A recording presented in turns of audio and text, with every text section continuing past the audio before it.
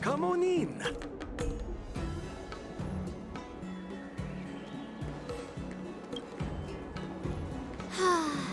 Seriously? When is this war dance going to start? The Sky Splitter has been hovering there for ages. When can we board and see what's inside? Is this how long-life species live? Everything proceeds so slowly. The effectiveness of anticipation in my emotional center is at an all-time high. Oh, I need to drink some coolant. Relax. The Realm Keeping Commission will send boarding notices to all ticket holders. The Gazette said the Sky Splitter will fire a salute before the ceremony starts. I saw the schedule for the first day of the tournament. Can you believe the Ringmaster accepted 4 challenges? And he's just a kid. So, who are you betting on, Bardo? I'm betting on neither. I lost all my credits betting on Roboball games in Taikian. This time, I've decided not to rely on probability games to accomplish my target of getting rich. War dance.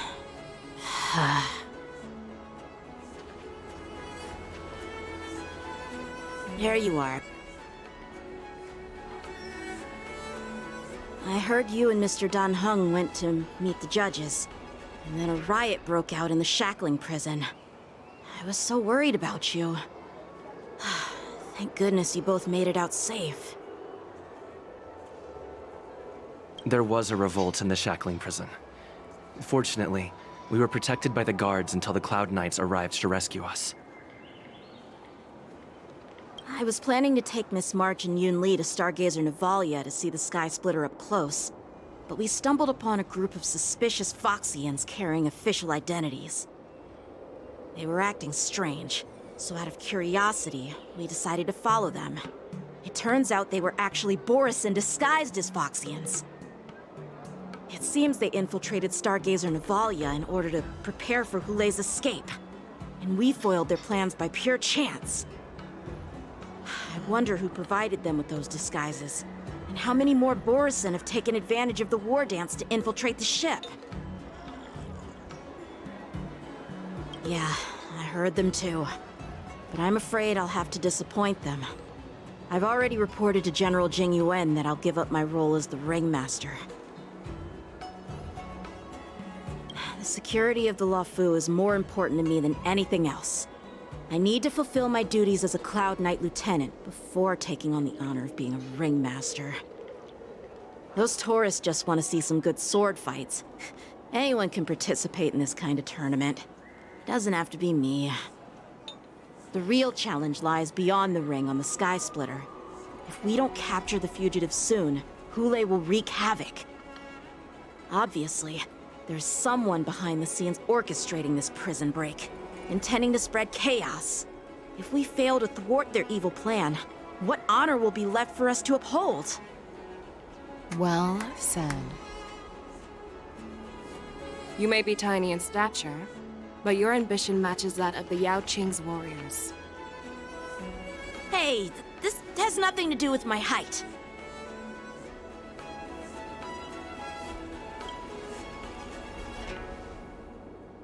Yes, I suggested to Yanqing that we find a place to have a decent meal. A hunter must be well fed before the hunt. You still have a good appetite, even in the face of disaster. You truly are the Merlin's Claw. Please finish the food quickly so we can get to work, General Feixiao. Well, that's not up to me. Dig in. I called you here so you could enjoy the food. Me? This isn't the time for a leisurely meal, and this is way too much for me. Oh. You'd give me time to enjoy a meal, but not yourself? Ever since you encountered those Borisin spies, you've been so busy that you've hardly eaten anything. You can't defeat Hulei on an empty stomach. Take your time. Enjoy the meal and calm yourself. Hulei's whereabouts are still unknown, and they've even taken Mr. Jiao Cho hostage. The longer we wait, the more complicated the situation becomes. Zhao Qiao always said I'm the most impatient person among the Cloud Knights, and I can't argue with that. So, there's no reason for you to be more anxious than me. I've fought against Borson abominations for years, and I know their ferocity and cunning well. The Borson were clearly well prepared for this prison break, and now they are staying in the shadows. They have no reason to rush out into the open. When facing cunning and ferocious prey, the hunter must be more patient, biding their time to seize the golden chance for a decisive blow. Once Hule loses his patience and reveals himself, that's when we'll strike. But when will that time come? Like I said, it's only one meal away.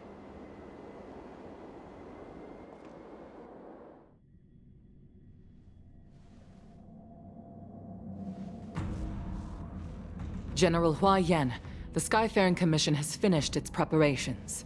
Do you have any other instructions? Representing the consensus between the Merlin's Claw and the Divine Foresight, I'll step in as the temporary commanding officer of the seat of Divine Foresight and oversee the Six Commission's affairs on the Luofu. What is the situation at the Shackling prison? Hule made a quick escape and even sealed the gates of the prison. As of now, the Cloud Knights have re-established contact with the staff inside. The good news is the two Nameless who were trapped in the Shackling prison are safe and sound. I know I shouldn't use the word great given the current situation, but I'm relieved that he and Dan Heng are safe. We've lost contact with one of the messengers from the Xianzhou Yaoqing. The Borison have likely taken him hostage. Don't worry, Yuko. Fei Shao is leading the wolf hunt operation, and you know how capable she is. I have no doubt about General Fei Shao's capabilities, General Hua Yan. I'm more concerned about the Wardens. According to the plan, the ceremony will begin in 6 hours. The Sky Splitter will be activated, and all visitors will board the ship to watch the contest. But now, with Hule's whereabouts unknown, everything is filled with uncertainty. March is right, Grandpa. I heard the escaped prisoner from the Shackling prison is beyond formidable. In case anything goes wrong. So, Yun-Li, what do you think we should do? Well, I believe we should declare martial law and allocate manpower to search for the escaped prisoners. And as for the war dance, it's better to announce an indefinite delay for now. Your plan sounds solid, but unfortunately solid plans rarely get a chance to be implemented. I believe there are at least 2 parties who won't accept your approach. The first are the many travelers who have come all the way here for the war dance. If we declare martial law now, it's like declaring that the Luofu isn't safe. How do you think the outsiders would react? They'd be terrified, and chaos might ensue. The second party is the staff of the Xianzhou Luofu's 6 commissions. They've invested a lot of resources and manpower into organizing the war dance. Suddenly suspending it indefinitely would create numerous challenges for them. But of course, not everyone disagrees with your idea. Really? The mastermind behind this incident would fully support your opinion, presumably. Hule's escape and your discovery of Borison's spies at Stargazer Navalia. Even a child could guess that these events were orchestrated. The fugitive is just one piece in the game. The one controlling the pieces wants to spread chaos and suspicion among the people on the Luofu. If we declare martial law and postpone the war dance, we'll fall into their trap and instill fear in people even before Hule actually does anything. So what do we do? We'll search for the prisoners while maintaining order on the Luofu, acting as if nothing has happened. As if nothing has happened? Yan Qing said he'd assist the generals, and now he's nowhere to be found. With the host ringmaster gone, how are we supposed to act like nothing has happened? That's why I called the two of you here.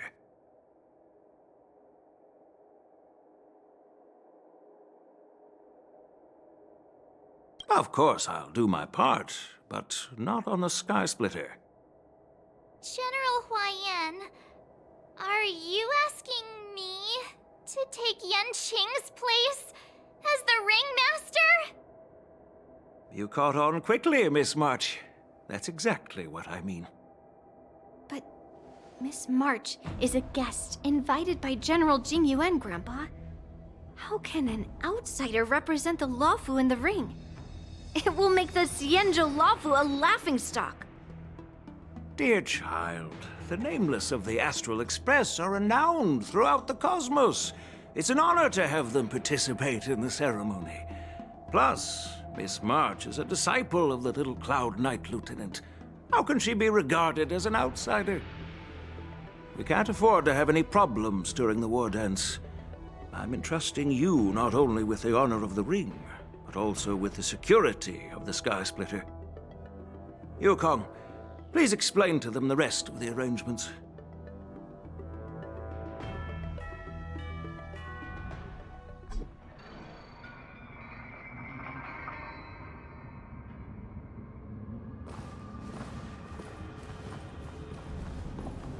I am sorry for our improper management, and I truly appreciate your assistance, General.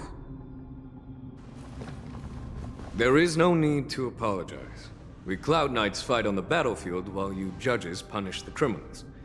We are two sides of the same Xianzhou Luofu, and it is my honor to serve the Ten Lords' commission. I've grasped the situation of the prison break. Now tell me more about the current state of the shackling prison. Borison infiltrated the prison in disguise and released the prisoners, spreading chaos. Among the judges on duty in the 4 divisions, Judge Shui from the detention division was killed and is temporarily unavailable. So, I'm taking over her duties and commanding Arumaton spectral envoys and spiritfarers to quickly restore order in the affected areas. I, and the two behind me, will go deeper into the prison to investigate. But, General, the situation inside is still chaotic and perilous. Your presence would be... It's common for Cloud Knight generals to face danger directly. Hule has escaped, and the Yaoqing envoy is being held hostage by the Borison. His fate is unknown. This is a grave matter. Not only did the Merlin's Claw offer no reproach, she decided to go after Hule herself to prevent further calamity. I believe the Luofu owes her something in return for her fervent determination. How did the infiltrators learn about the location where Hule was held? And how did they time their plan just before the Yaoqing messengers were ready to escort him? Finding the answer to these questions shouldn't be too difficult. What truly matters is if we can gather the clues that lead us to the mastermind behind all of this. I understand, but I'm afraid it won't be an easy task. For a long time, this hidden force has been pursuing their own goals and undermining the security of the Luofu. Backing down now will only encourage them to further endanger the peace here. The Ten Lords Commission will support your decision with everything we have, General. Dan Heng and Ling Sha, I'll need both of you to accompany me on this challenging journey. Well, it's part of my responsibilities as the Cauldron Master. So, where would you like to start, General? Let's start with those Borison disguised as Foxians. My people have already prepared the evidence.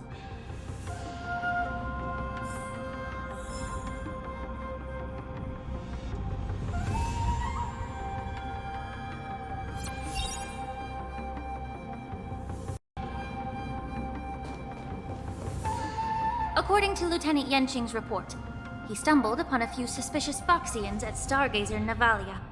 After following them, he discovered that they were actually Borisin in disguise. This is one of the bodies. Looking at him now, it's hard to imagine how he transformed into a Foxian. My alchemist detected some complex ingredients in his remains, which might explain how these Borisin were able to disguise themselves as Foxians. Simply put, Foxians and Borisin share a common ancestry. Although they look completely different now, there isn't much genetic difference between them. This medicine allows Borisin to temporarily change their shape into that of Foxians. So, in other words, if they stop taking the medicine, their true form will soon be revealed?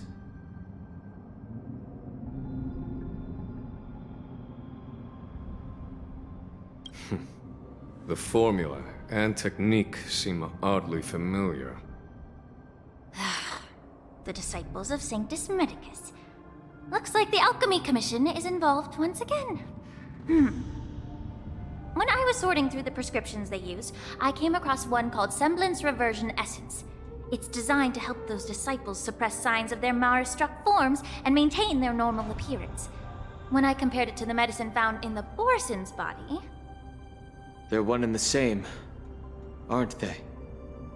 The medicinal properties and ingredients may differ, but the principle remains the same. Since ancient times, the Borisin have always sought to have more powerful bodies, regarding the Foxians as weaklings.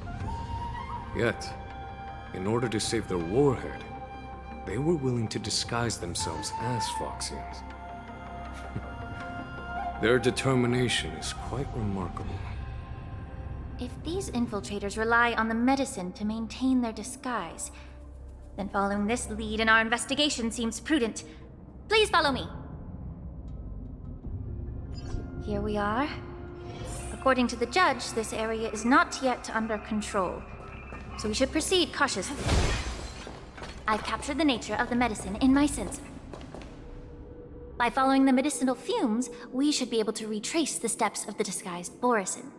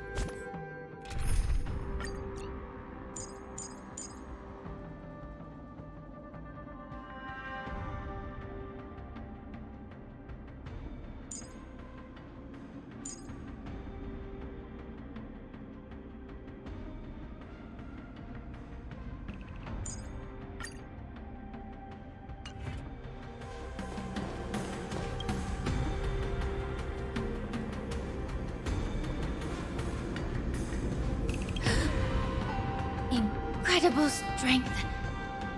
The attacker shattered this warden's bones with a single blow. Such brute strength is not something an ordinary Borisin possesses. This is likely the work of Hule. If I may be so bold to ask, is this Borisin truly that formidable? I have lived a bit longer and engaged in a few more battles than you, Miss Lingshaw. To the Alliance, Borisin have always been the most formidable adversaries. And Hule is a monster feared even among his own kind. With his strength, Hule united numerous Borisin pacts, forming a grand army of abominations of abundance. They constantly pushed the Alliance's armies into perilous positions. Over 7 centuries ago, I followed my mentor on a campaign against the abominations. And I personally witnessed the devastation on the battlefield after Hule appeared. Even with medicinal pellets that suppressed the fear caused by his lupitoxin, countless Cloud Knights succumbed to panic in the face of his murderous aura. They couldn't even raise a hand in resistance. If the former sword champion hadn't immobilized Thule with her Frostblade, the outcome of that fateful battle could have been very different. By the end of the battle, only a few of us remained. The crimson moon cast the sheen of blood on all. Everything I saw was painted dark red. If that's the case, why wasn't the beast executed instead of being imprisoned? On the Xianzhou, the judges cast those unforgivable and nearly immortal abominations of abundance into the eternal flames of the stars, reducing them to ashes. Their so-called immortality is just a facade. I mean, nothing can truly defy death, can it? I just don't understand why the Luofu kept this tumor for so long, leading to the terrible situation we're facing now. But I guess I understand. The people of the Luofu are known for their kindness. Even when faced with the malignant tumor within the Alchemy Commission, they couldn't bring themselves to cut it out. Instead, they exiled the healer, who tried to solve the problem, to the Xianzhou Jumi. I understand if you hold grudges against me, Miss Lingsha. I take the blame for the resurgence of the disciples of Sanctus Medicus. As for why Hule was only in prison, I can shed some light on that too. I'm just a healer. I'm not familiar with the past. I'd appreciate it if you could enlighten me, General. All right. Let me tell you more about it as we go.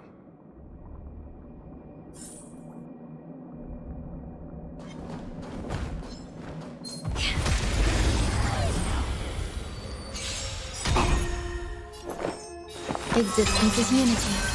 Every petal, all will be swept away by the wind. Take your positions. Stay away! Calibrating. Join the battle. Allow me to purge the root of the problem.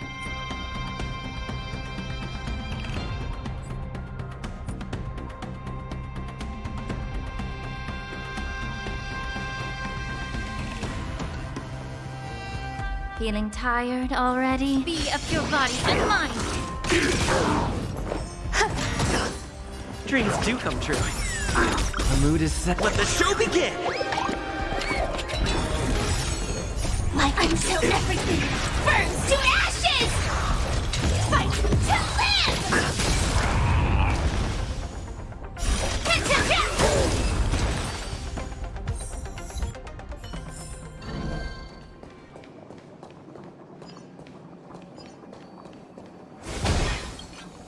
Did this Cloud Knight also take the medicine?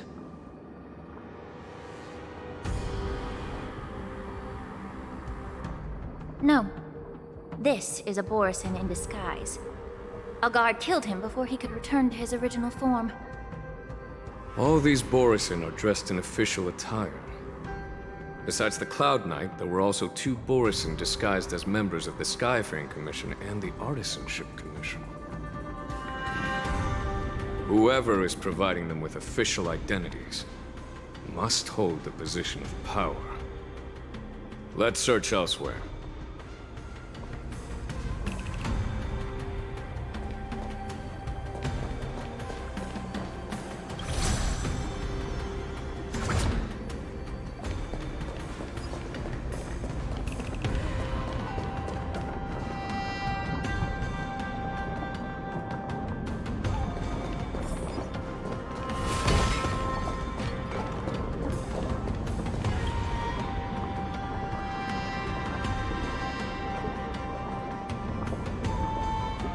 Someone bit open his arteries and drained almost all of his blood while he was still alive. Such a cruel and ruthless act. Despite being a long-lived species, Borisin are actually more like predatory beasts that must feed on raw blood and flesh. I've heard that Hule was deprived of food and water in the shackling prison. It's hard to imagine how he managed to suppress his hunger for over 7 centuries. Will the hostage from the Yaoqing be able to avoid being his meal? Such is the terrible nature of the abominations of abundance. We subjected him to the Forest of Swords to drain his life force. But in the end, his punishment turned into a test of our patience. Just like you said, Miss Linshaw. Casting a creature that can't be killed into a star would be a way to permanently get rid of it. But unfortunately... The Foxians didn't agree to that. Exactly. The atrocities committed by Hule went beyond mere massacres. Throughout numerous wars, we made every effort to eradicate the Borisin. But Hule, with his mysterious sorcery, turned countless Foxians into his pawns. And so the Borisin kept returning. The Foxians curse his name day and night, and they even use it to scare children into staying quiet. How could they grant a swift death to such a great sinner? I wonder if you know why Hule wasn't taken into custody by the Foxian majority Xianzhou Yaoqing, but instead imprisoned in the Xianzhou Luofu, Miss Linshaw. As you mentioned, your mentor was an exceptional warrior and was the one who defeated Hule, an extraordinary achievement. Therefore, the Marshal placed this feral beast under the jurisdiction of the Xianzhou Luofu as an honor, I assume? It seems you have a major misunderstanding about this arrangement, Miss Linshaw. Allow me to explain it to you.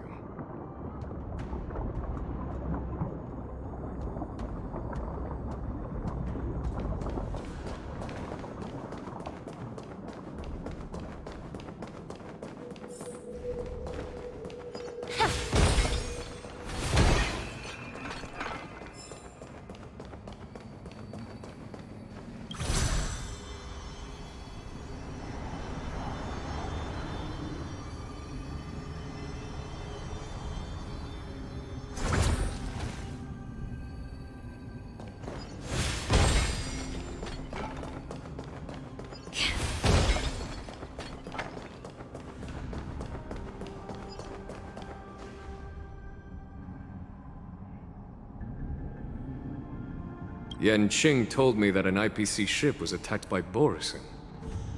Is this what they were transporting on the ship?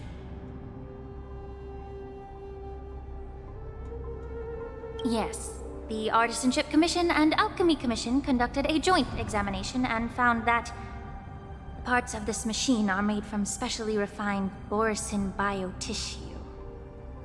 I heard the Intelligentsia Guild has been researching the biological properties of long-life species, hoping to make medical or combat-related discoveries. However, they haven't dared to cross any lines due to their so-called relationship with the Alliance. Perhaps to those scholars, Borisin are no different from lab animals. Maybe the Borisin attacked that ship to retaliate against the Intelligentsia Guild for experimenting on them? No. If it were only about revenge, they could just wreck the ship and destroy all the cargo, instead of allowing it to end up in the shackling prison. It was a deliberate display to showcase the dangerous nature of the cargo in broad daylight. This way, the cargo would end up in the shackling prison, serving as a tool for the prison break. This skill in exploiting the blind spots of others' mindsets is so atypical of them. I'm afraid the IPC and the Intelligentsia Guild unknowingly became their accomplices.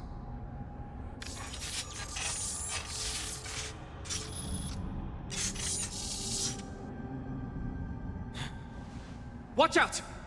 This thing is still alive!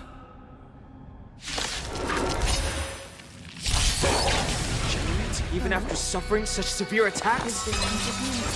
Their imitation of long-life species has crossed the line. Still the same one. Attack! Be of your body and mind. Every petal, all will be swept away by the wind. Dreams do come true. Immerse Mood yourself is in set. it. Let the show begin! Until everything burns to ashes! Yeah. Firefly type 4 The truth in burns position. clear as a flame. Everything in this world is bleeding. Fight to live!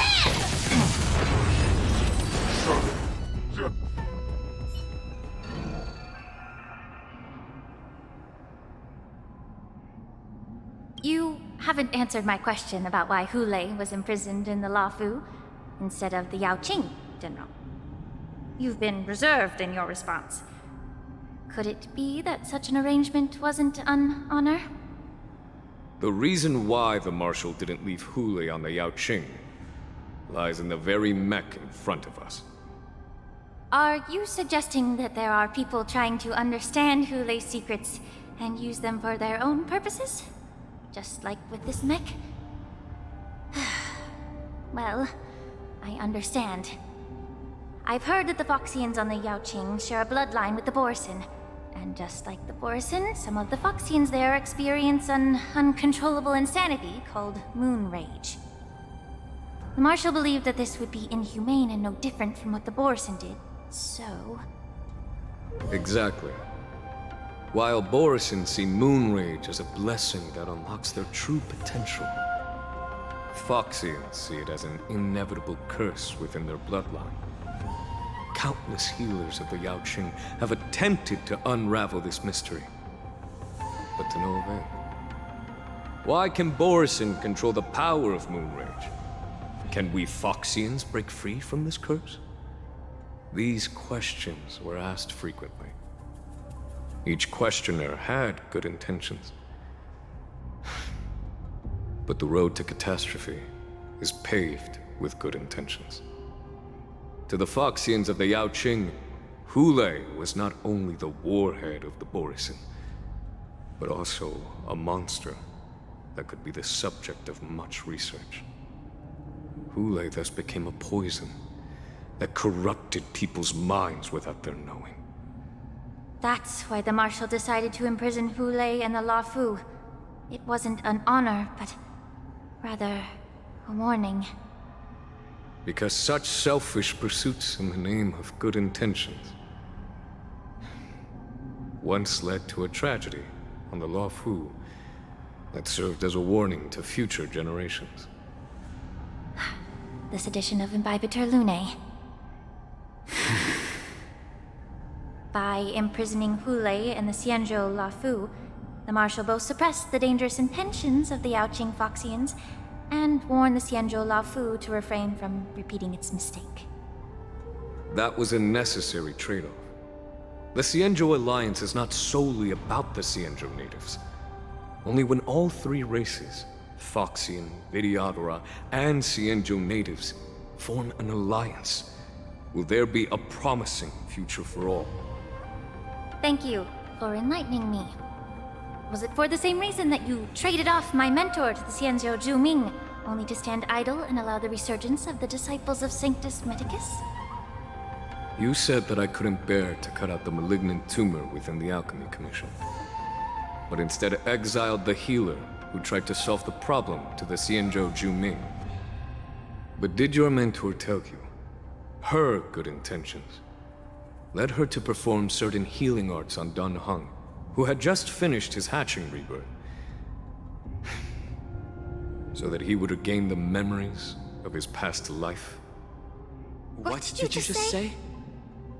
She believed that restoring the High Elder's knowledge of his past life would allow the Videodora to resume their duty as the guardians of the Ambrosial Arbor, quelling the strife within their clan and bringing everything back on the right path. But just as I mentioned earlier, the road to catastrophe is always paved with good intentions. Since then, the 6 charioteers decided that the Alchemy Commission would no longer have a Cauldron Master. Until your arrival now. If that's the case, I should thank you for protecting my mentor by exiling her, General. Quite the contrary. I should be the one thanking you. Thanking me? All I ever want is to have a clear conscience.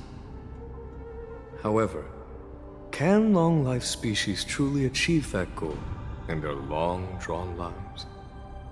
For example, you were implicated along with your mentor, and forced to leave your homeland without knowing the truth.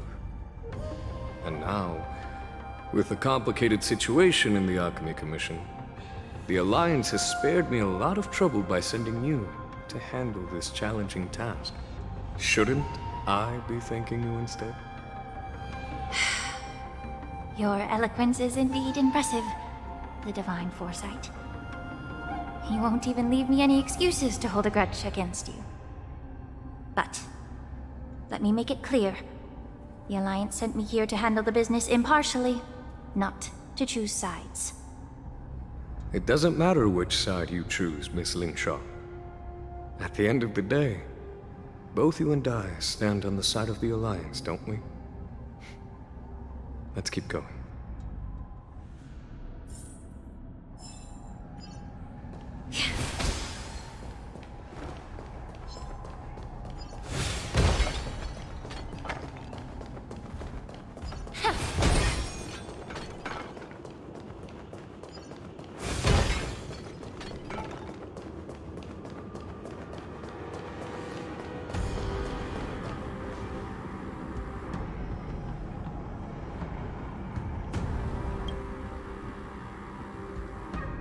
These Mara-struck soldiers don't appear to be escaped prisoners.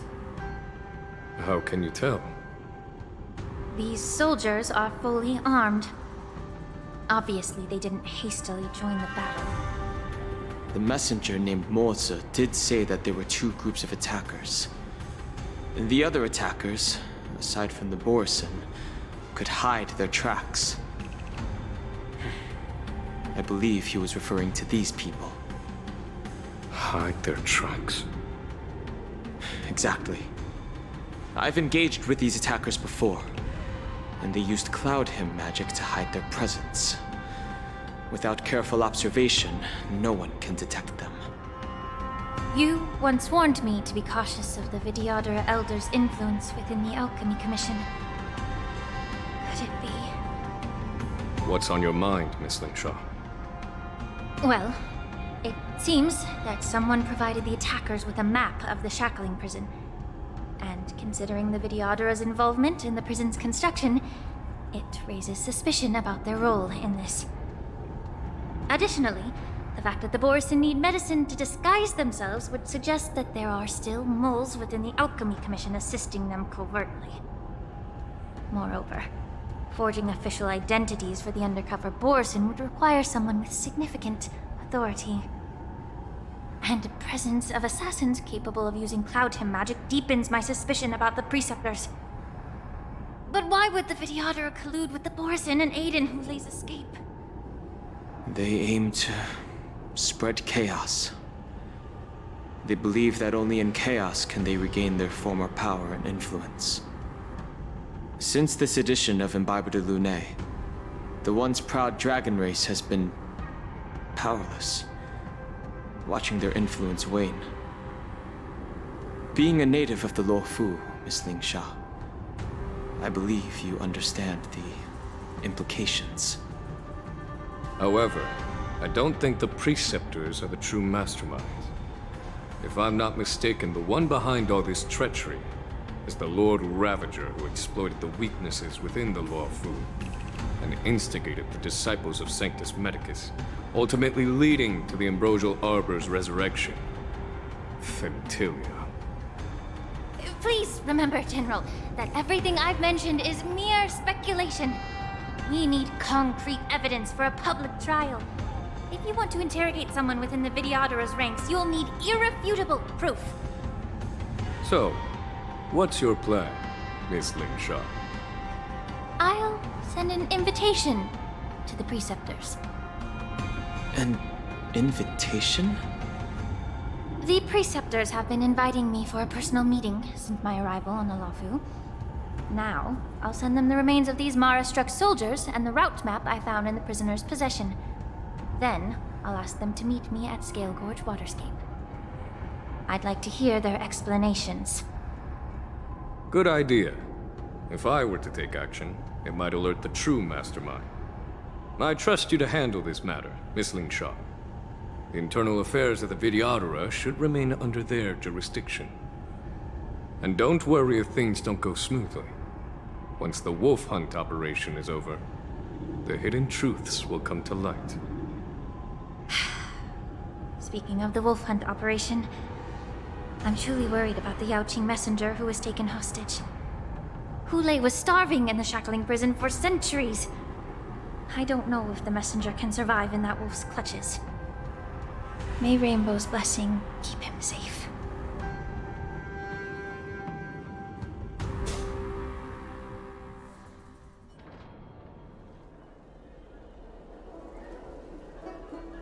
As I said, I'm a healer.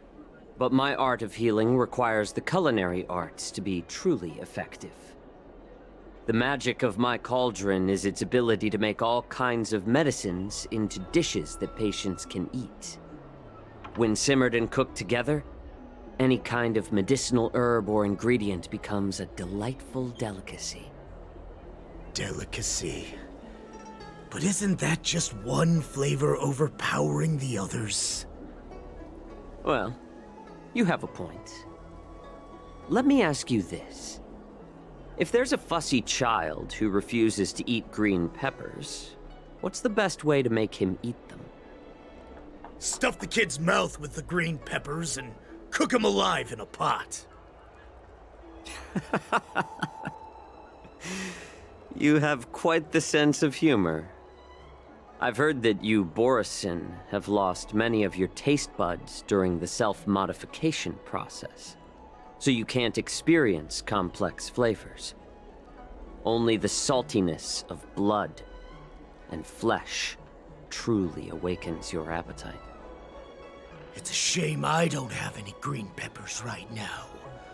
Otherwise, I'd happily stuff them into your mouth and cook you alive in a pot. I'm just kidding. The answer is quite simple.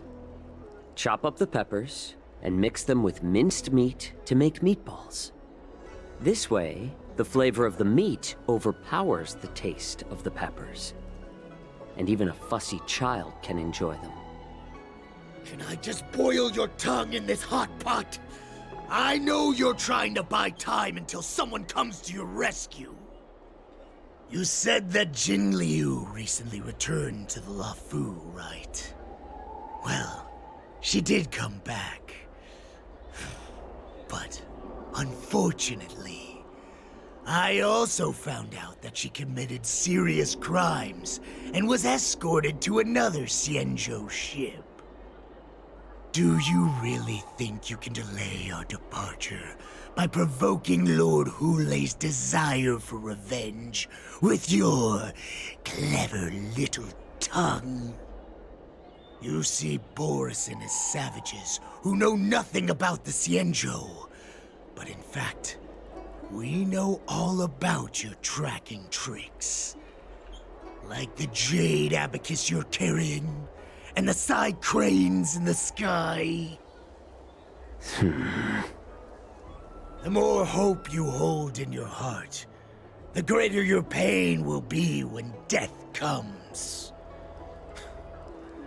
I wonder if you can maintain your composure when I tear your throat open. His composure is only a temporary effect of the medicine. And it will wear off soon, right? Lord Hulei. Oh, you pathetic Foxians. For thousands of years, we were the ones who allowed you to live, and who granted you civilization.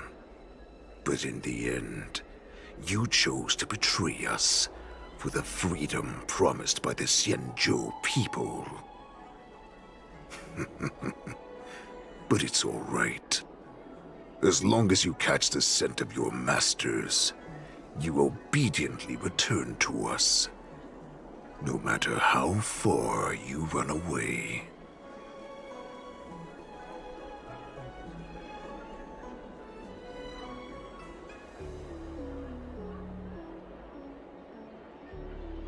Hule. Have you ever wondered why it took them 7 centuries to come to your rescue? The Borison's era has long passed. Did they ever tell you these harsh facts before giving you hope for returning home, Lord Hule? Now they're being crushed by the Merlin's claw of the Yaoqing, by a Foxian. They're hiding in remote corners of the cosmos, trembling with fear like a wounded beast on its last legs, reaching out desperately for any fake hope of salvation, which in this case is you. The Merlin's claw of the Yaoqing. A Foxian? Very interesting. Tell me, Moktok, is he speaking the truth? He isn't lying. That lowly beast was a war slave who ran away from our pack. Cannon fodder, a thief! She stole our power and used her knowledge about us to fight us, using every dirty trick in the book! And she bested you, Moktok. Fairness is but a pathetic excuse for the dead and defeated. Since our great pack has fallen apart, who told you that I was alive? And who sent you here? In our darkest hours, it was a prophet of the Master of Immortality, named Mongus, who showed us the way. Her guidance brought us hope. This prophet, Mongus, what does she want? The prophet made this proclamation. The Borison have been divided for too long, and only your return can unite all the packs, restoring us to our former glory. That's when we learned that you were still alive. It must have been a manifestation of the Master of Immortality! And the prophet told us that the Foxian general of the Yaoqing would take you to her ship during the Lafu's war dance, and that it would be our best chance to infiltrate and free you from your prison. And just as she said, we did it!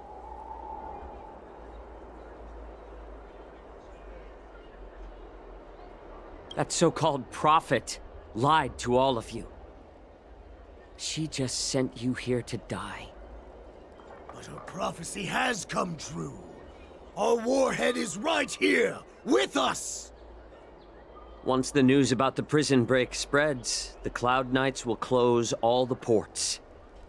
You may think you've escaped the prison, but you're just trapped in another cage, known as the Lafu. Let me kill this unruly, lowly beast, Lord Hule! I assure you that our star skiffs will soon arrive.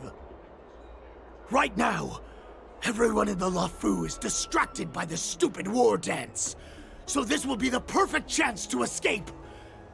Once you've returned to your territory, your revenge against the Xianzhou ships will be within reach. Perfect chance to return to my weak and shattered pack at the mercy of a ridiculous false prophet and become a mere puppet in her clutches.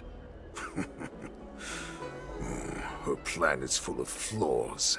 The only paths she has prepared for you are escape and death. Listen up. A wolf never allows itself to become prey.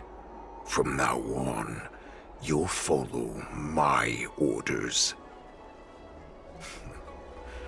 Since you are so confident that the Cloud Knights will close the ports, Jiaoqiu, I'm now giving you a chance to go and see it for yourself. Go to the ports, come back, and tell me what you saw.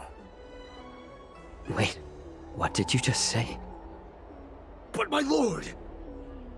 Would an alpha wolf ever listen to a cub mock talk? No, I've never heard anything like that. I wasn't trying to defy your will. I will always unquestioningly follow your orders.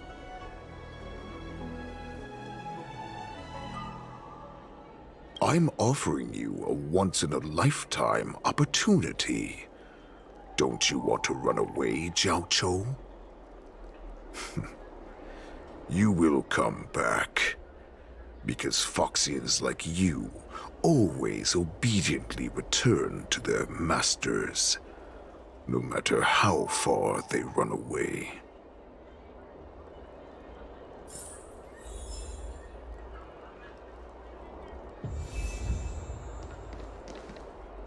I don't fully understand Lord Hulei's intentions, but don't think you can simply run away.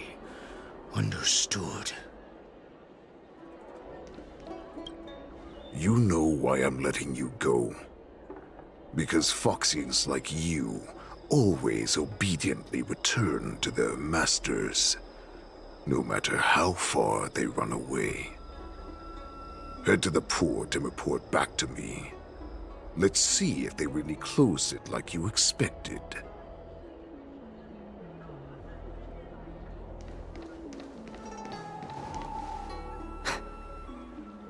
I can't believe he actually let me go. What game is he playing? Perhaps I can try to warn the Cloud Knights. No. Perhaps I can just escape.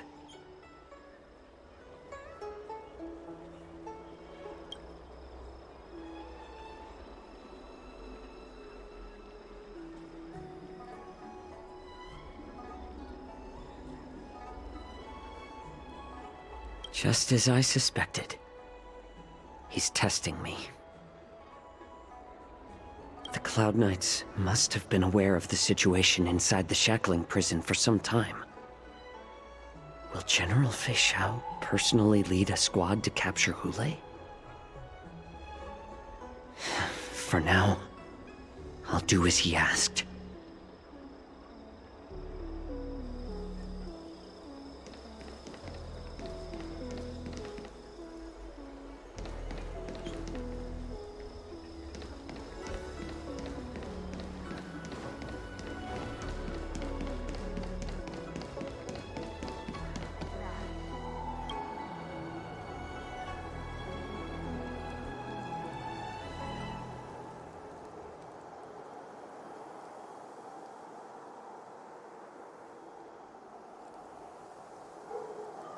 Would you like to board my star skiff?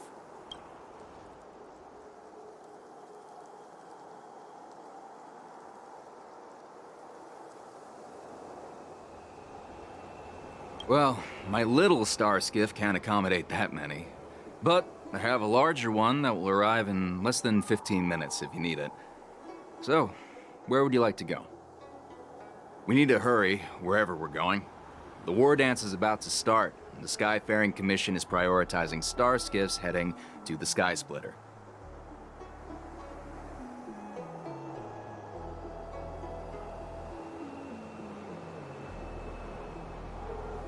Keep what quiet? Come on, spill it if you have something to say.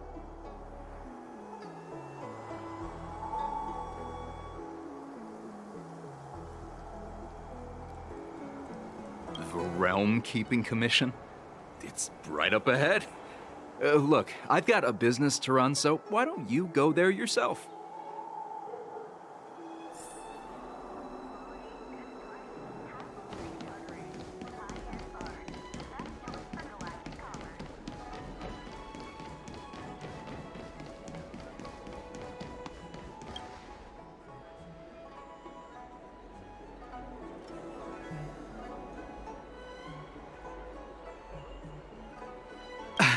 I'm sorry, but the Realm Keeping Commission Chancery is currently closed. All the officers and officials have been reassigned to assist in the war dance.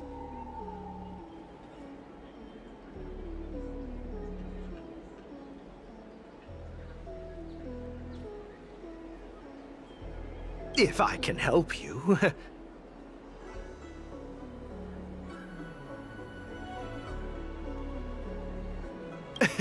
Hi. Do you need my help, messenger from the Xianzhou Yaoqing? Borisin are hiding in the Exalting Sanctum. You must deliver this news to the Cloud Knights. Borisin? Here? Are you serious? These Borisin are disguised as Foxians. Please warn the Cloud Knights immediately. Will you please wait here for a while? I'll find a soldier.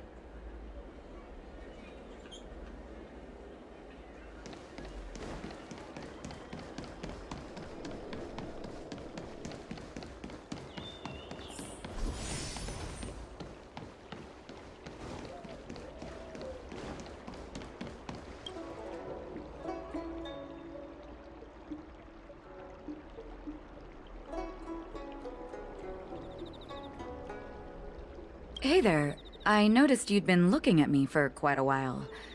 Do you need my help?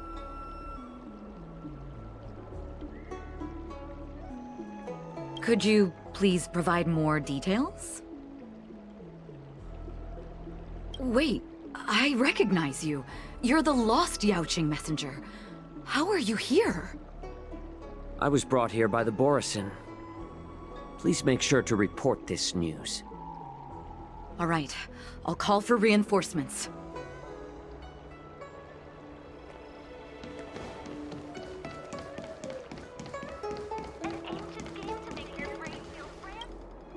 Stop asking. I'm off duty now. Go bother someone else.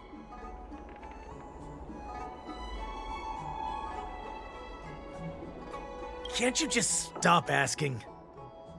You're not one of us. But I smell a familiar scent on you. The Warhead sent me here to check on the situation. Not yet.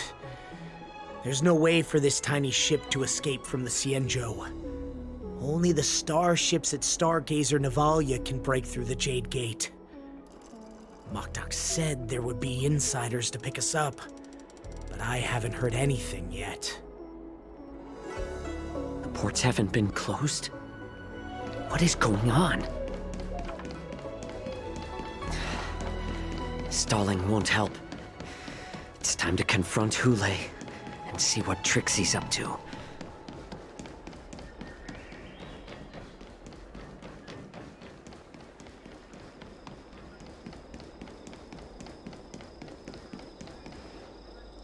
You're back, Jiao Chou.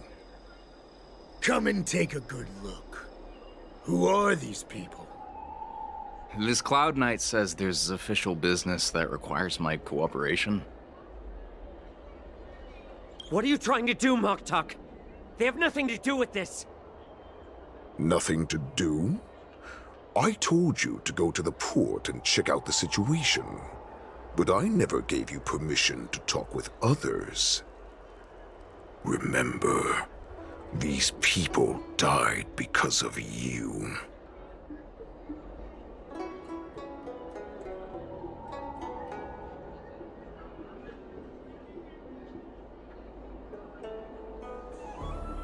You want to prove to me that you hold everyone's lives in your hands, right, Hule? Oh, exactly as you said. So, have the Cloud Knights closed the ports? No. They don't want to publicize my escape. I understand. It's no surprise, for fear is more deadly than claws and fangs. Especially during a festive time like the war dance. What lurks here is not a group of fugitives, but rather a pack of wolves amidst a flock. My cubs are hungry, ready to feast on flesh and blood, reveling in your fear. Your calm facade will soon crumble. I can tear through it and expose your pathetic bones anytime. There's no escape from me, Jiao. Of course, you can try your luck and believe that your wits will save you. But remember, you're not the only hostage in this city. If you try anything funny, innocent people will die because of you. Now, let's talk about the Foxian general you serve. Moktok says she's here for me, which means she'll be hunting me herself. Before the hunt begins, I need to know my opponent. You can refuse and play tough, or you can cooperate and save us both some time, healer.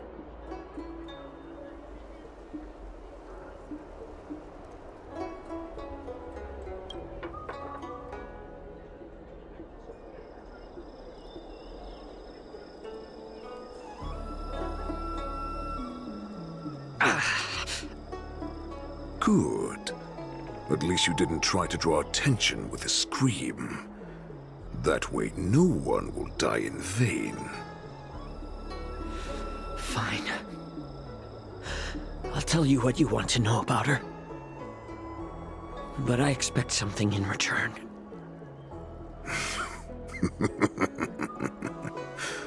What makes you think you're still in a position to negotiate with me?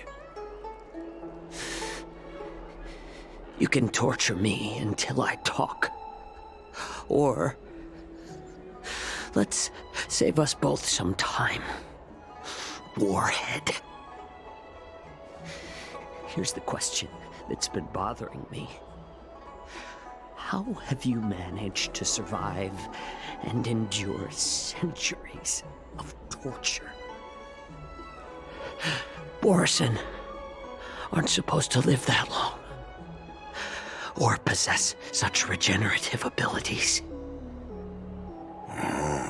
So, is that why the Shenjiao Yaoqing wanted to take me away? Oh, to some, I'm a hostage. But to others, I hold the secrets they desire. I still remember. In the early years of my captivity, the Foxians came and went. They extracted my blood and marrow, trying to unravel the mystery of moon rage. They wanted to conquer their fear of the Borison and free themselves from their bloodline. Unfortunately, they failed to uncover the secret. So, they resorted to the most brutal punishments they could imagine. Some seek power to destroy their enemies, while others seek power to become their enemies. Which one are you, Jiao? I see. You're the most pitiful of them all, healer of the Yaoqing. You seek power to share it with others and do good. Well, then let me tell you the answer you seek. In our ancient legends, Duran, the ancestor of the Borison, was dissatisfied with his limited lifespan and power. He yearned to dominate the skies and become the master of all the stars. To achieve his goal, he sacrificed the lives of countless Borison and Foxians, pouring them into the spring bestowed by the Master of Immortality. Through a form of genetic sorcery, the water gave birth to a miracle. The lunar embryo. Duran ascended the birthing bed and obtained what he desired. A heart in the shape of a deep red full moon. He cut open his chest and replaced his original heart with this crimson moon.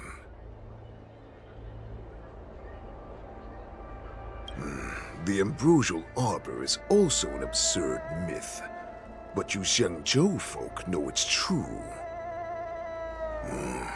This moon heart beats within the body of every generation of the Borisin warhead. In the ritual that decides the new warhead, the successor cuts open the previous warhead's chest and consumes the divine heart, thus possessing it as their own. Devouring is the true essence of life, allowing us to endure and thrive. It gathers the life essence of all the prey we consume, making us stronger and stronger. I thought all hope was lost after 7 centuries of torment. But now, this heart is beating once again. All right. Now it's your turn to tell me everything about the Merlin's Claw. Jiao Chou, I found you.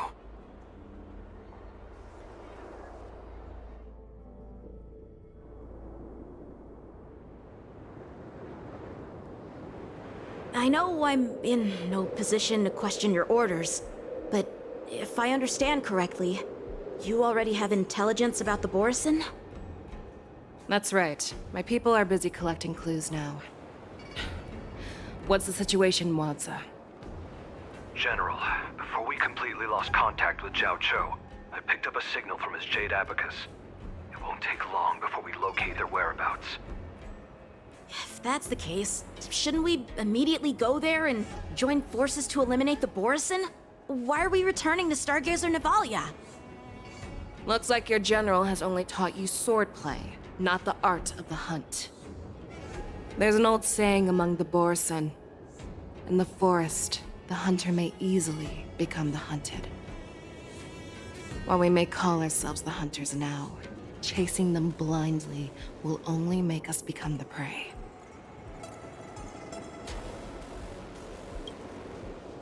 Are you joking, General? He's just a wolf who's been imprisoned for 7 centuries. Even with his accomplices, they're no match for us numerous Lawfu Cloud Knights. How could he consider us his prey? Do not underestimate the enemy. Hule is not an ordinary Borisin that can be easily killed. The advantage in numbers means nothing when we face that monster. A vicious beast who hasn't tasted blood and flesh in 7 centuries is now lurking on the streets of the Lawfu right before the war dance. This is what makes the situation treacherous and unpredictable. To him, the lives of ordinary people are just meat, ready to be devoured at any moment. Exactly. That is why we must succeed in our first strike, or the situation will spiral out of control. You've heard of this military tactic, right? When you surround your enemy, leave one side open for them to escape. A skilled hunter must be well prepared, waiting for the prey at the most advantageous position. What would we do if we were the escapees from the shackling prison? While we can disguise ourselves and blend in with the crowd, we don't plan on staying here for long. In this case, what do we need most now? A star skiff to get us out of the Lawfu. The Borisin we discovered at Stargazer Navalia were actually preparing a vessel for their escape. We predict their next move, and we take them down. Let's start from where you found those Borisin and corner our prey.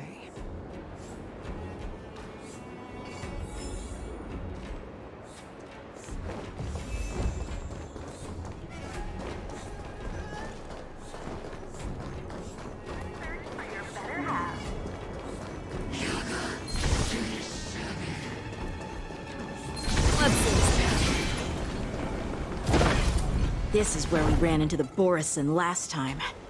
It looks the same as usual. Because I blocked all the relevant news to make it seem as if nothing had happened.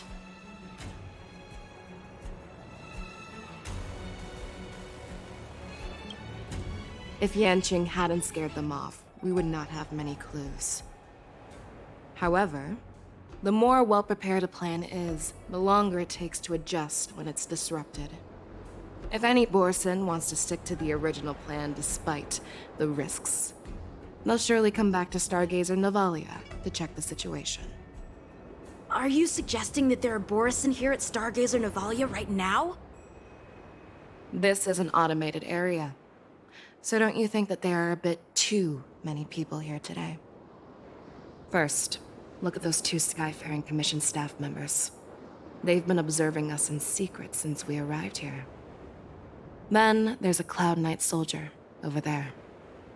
Perhaps he's here for patrol, but each patrol team must consist of 2 members. And obviously, he is not following the rules. Lastly, there's that craftsman wearing Artisanship Commission clothing. He's unusually focused on checking that device. If you have a target in mind, let's go investigate.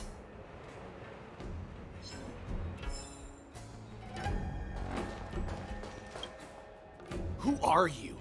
Don't you know that Stargazer Navalia is on lockdown now? Hey, chill out. They're just a few lost tourists. But Stargazer Navalia is the shipbuilding port of the Xianzhou Lafu. If the Skyfaring Commission called for a lockdown, there should be official documents proving it, right? Official documents? Of course there are. The Cloud Knights are aware that some people have infiltrated this port. That makes perfect sense. So you're now investigating the Borison? Yeah, we've received orders from the higher-ups, so we've blocked off this area to prevent any interference with our inspection. Thank you for your understanding.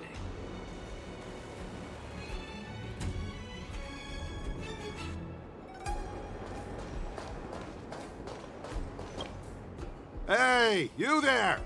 Please refrain from wandering around Stargazer Navalia if you're not... Oh, it's you, Lieutenant Yanqing.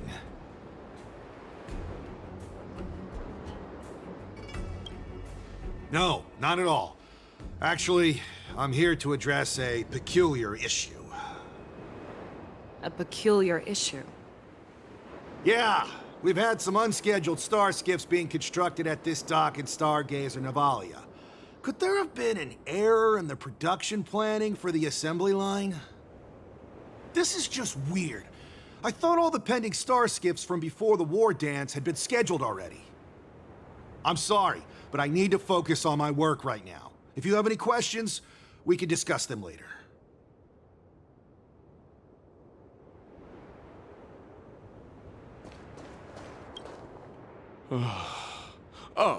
Lieutenant Yanqing and General Fei Xiao? You're aware of the Borison prison break, right? Yeah, I've received the news, and I'll be on the alert. Looks like you've been keeping an eye on the Sky Splitter. Have you noticed anything unusual? No, everything is normal on the ship. Nothing out of the ordinary.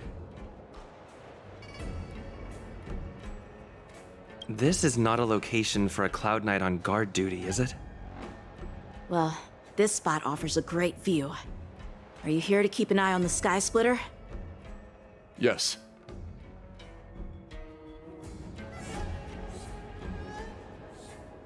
You've been observing the Sky Splitter for a while. Have you noticed anything? Honestly, just watching the ship from here isn't too thrilling. I wish I could go on board and witness Lieutenant Yanqing's contests. Speaking of which, Lieutenant Yanqing, aren't you supposed to be on the Sky Splitter? Is it alright for you to be here instead? Thank you for your concern, but I have more pressing matters to attend to.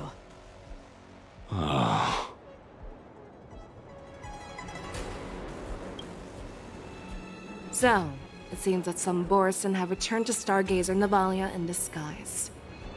The answer seems quite obvious.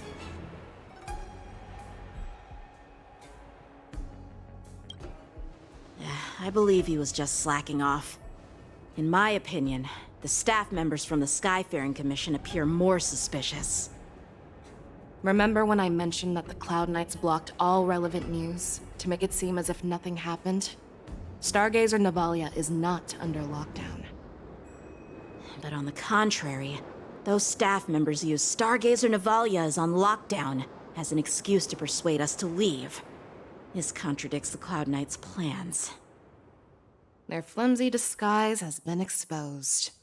Even if they try to hide, there's no way they can escape us.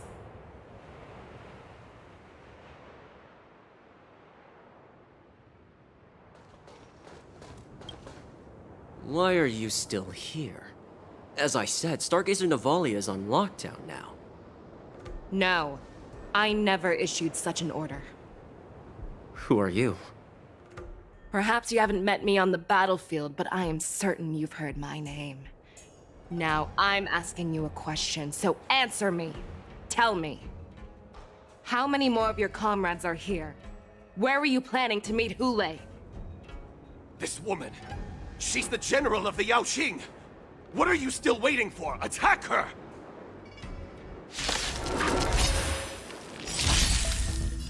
The dice have bust. Or maybe I'll take it all! Harmony and unison. No, that's better. No dirty trick. Watch your head!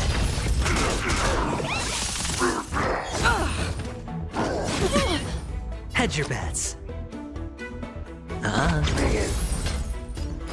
Never hesitate! Low risk, high reward. Go Nappy! All in. The market is on right! Investing in victory means playing the long game! I venture forth to hunt. Forever triumphant! Check. Victory is inevitable!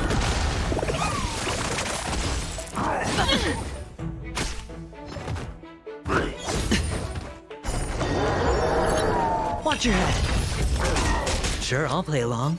The dice have been bust. Or maybe I'll take it all! Listen to the final song. Show me what you can do. Fearless knows not fear! Run! Tell Lord Moktok about this!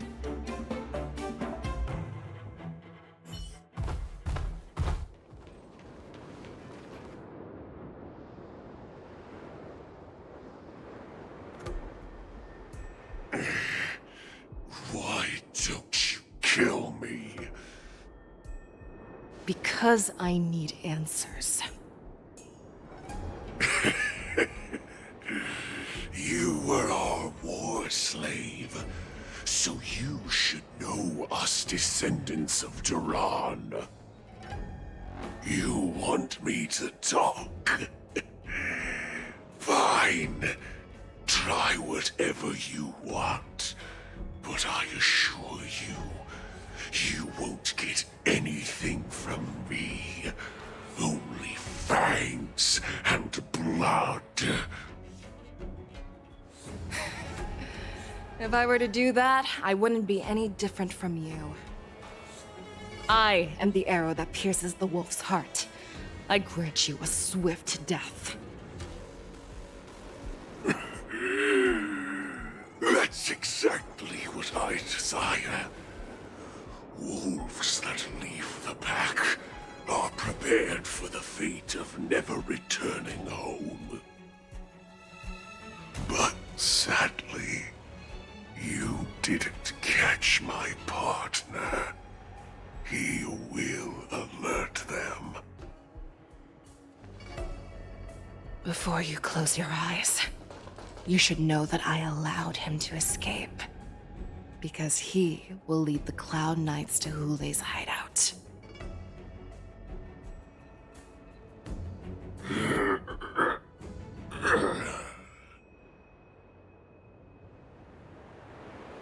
Is this how you leave one side open? You let that Borison escape so you could track him? This is the most common hunting tactic used by Borison. I know the methods of these abominations all too well. They always leave an escape route for their prey, allowing them to flee in fear. Then they chase them like it's a game. Borson get great satisfaction from the last struggles of their victims.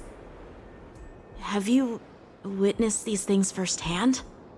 That guy called you a war slave. What exactly have you experienced? Well, just a hazy past that I can barely recollect. Long ago, I was one of them. The word Borson was only used to refer to those wolf masters. I'm a Foxian who was born in one of the fallen territories. In their eyes, we're mere consumables. Cannon fodder used to slow down Xianzhou attacks on the battlefield. But you survived. And not only that, you became the general of the Yaoqing. If I get the chance, I'd love to hear stories of your past, General. Speaking of stories, you've reminded me that now is not the time for them. Wanza, we've sent the warning from Stargazer Navalia. What's the situation on your end? I've found them. Zhao Cho is trying to stall Hule, and he signaled me to not reveal myself. Trust his judgment and keep watching. We'll be right there. I believe the warning we sent will stop Hule from attacking Stargazer Navalia. What will he do next? The hunt is not over yet. Stay safe, Zhao Cho.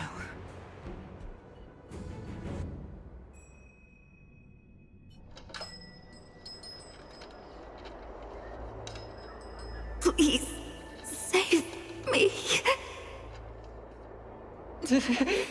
I want to live. Doctor! Xiaoshu, find a medical ingenium and give that kid a shot! Hurry! I see. How's the front line? The Borson beast chips have already landed on the Fenghu. It won't be long before this place is overrun as well. What about General Yueyu? Any news from her? I'm her healer. I should stay by her side at a time like this. She asked me to tell you that she's not coming back. She must protect the Cloud Pier telescope. General asks you to save that kid. The girl fought desperately just to bring us all back here alive. I've never seen such a brutal fighting style. Her body, it's like she was split open. Just like... Oh, her blood pressure is dropping. Do you hear me, Xiaoshu? Loud and clear. Get me some tumble dust. We've got to start the operation right now. I will bring her back. Is that why you're so determined to learn my secrets? Do you hear me, Zhao Cho? I do. Loud and clear. So she saved you all in that great battle on the Xiangzhou Fenghu 3 decades ago. But to your surprise, you discovered her Borson bloodline while she was at death's door. Moktok told me that she was a war slave who escaped from the Eclipse Pack. Oh, what a twist of fate. Turns out, she's from the same clan as I am. Now I understand. No wonder she displayed such astounding power, determination, and cruelty in battle. Turns out it's all because of her Borson bloodline. Mutt. Despicable mutt.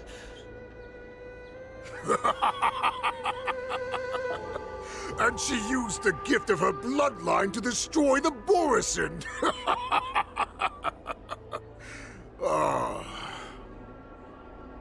Moon Rage, a blessing for wolves. and a curse for foxes. For Borison, to have their bodies torn apart by moon rage and transform into a beast is the ultimate joy. But for you Foxians with poor regenerative abilities, it means certain death. With the burning fury in her heart, that Foxian general will eventually lose her sanity and indulge in endless bloodshed.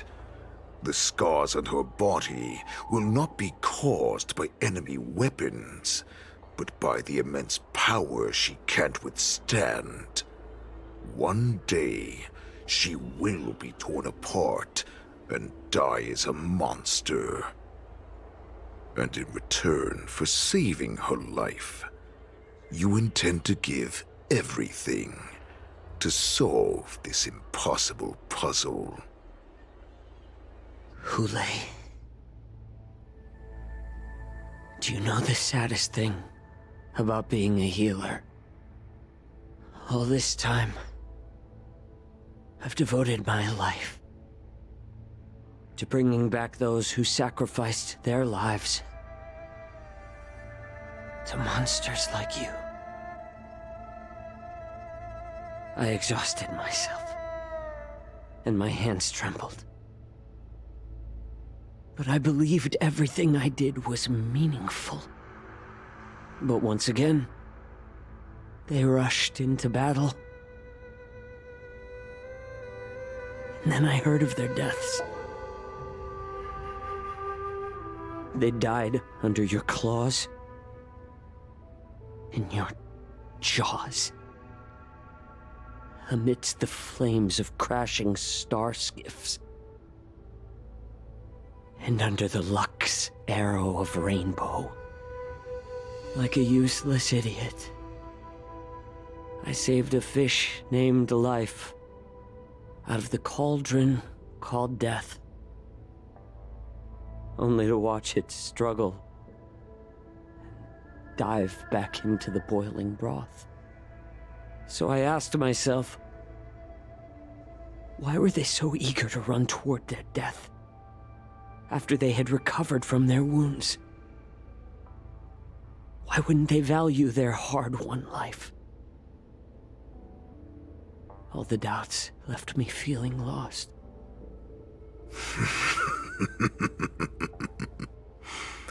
I can smell your desperation, all the way down to your bone marrow.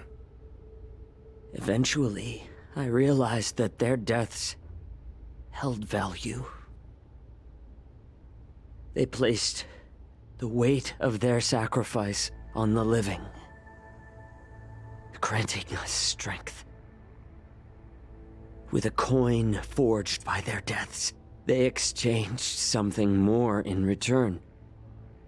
Everything I'm doing now, following you so closely, is just for one reason: witnessing your death with my own two eyes. Even your death has value. It will pave the way for a peaceful war dance and a fully cured Feishao. The thoughts in your pathetic head are hardly surprising. Did you already know this? Yes, I did. As Borison, we understand the value of death more than anyone. And as a healer who has witnessed so much death, you won't be swayed by fear.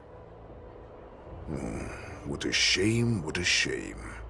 Your story actually sparked a trace of respect for you in my heart. Can you even feel respect with your corrupted heart?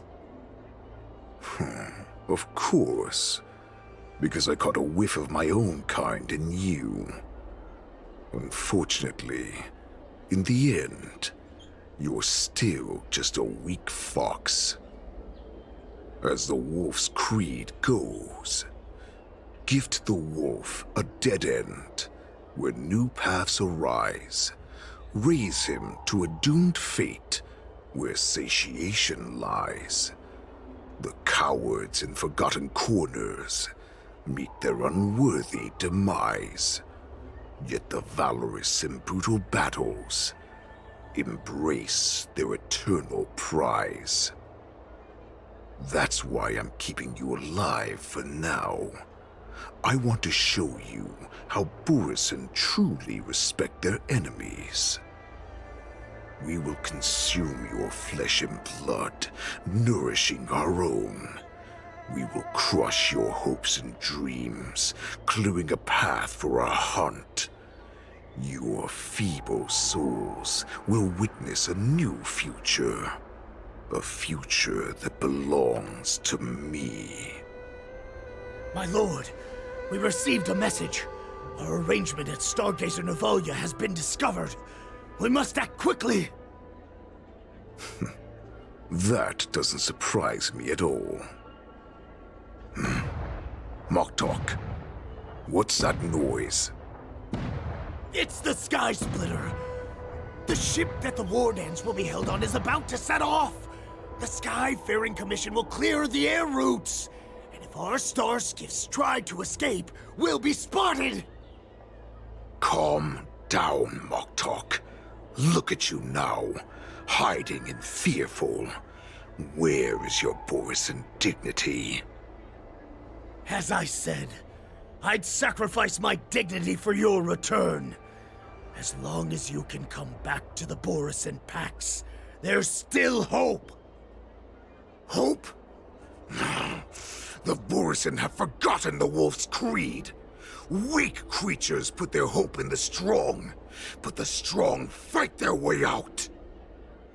Bringing me back instead of choosing a new master only proves the decline of our pack. And as for the prophet who manipulated you into saving me, she's just a liar trying to use Duran's offspring. Moktok, let me tell you how the Borisin will rise to power. We won't hide like rats in the streets of the Xiangzhou.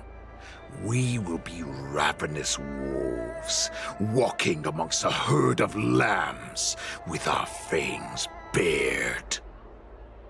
But, Great Warhead, our packs are not here! We can't go to war like this! Our packs are not here. Wherever I go, everyone is the pack. Stay away! Just don't come any closer! No!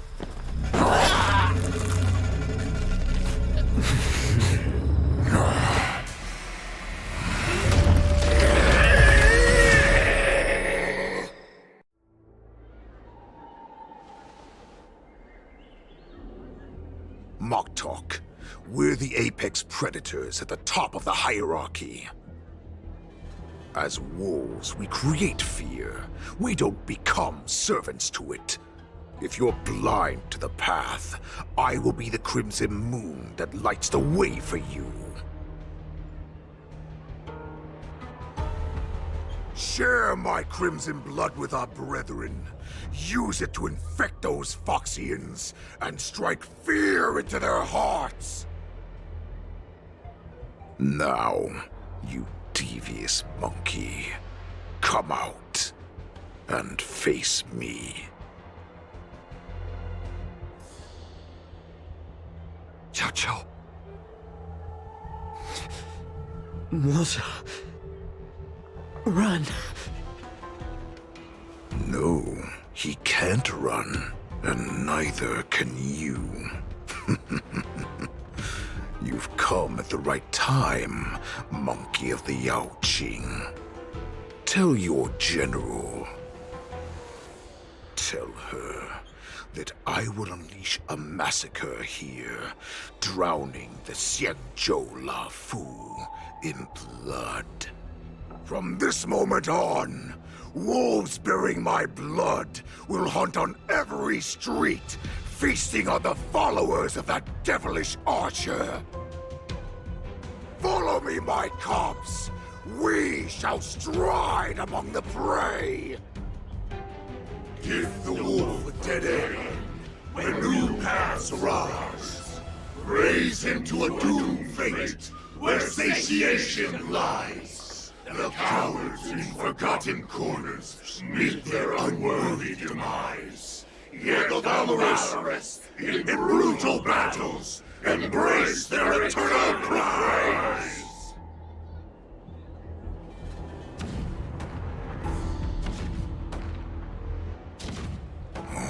Do you hear that? The rumble of the cannons. It brings back all the memories of past battles within me. My return will bring back the Wolf's Creed. In my own way, I shall save our weakened pack and restore it to its former glory!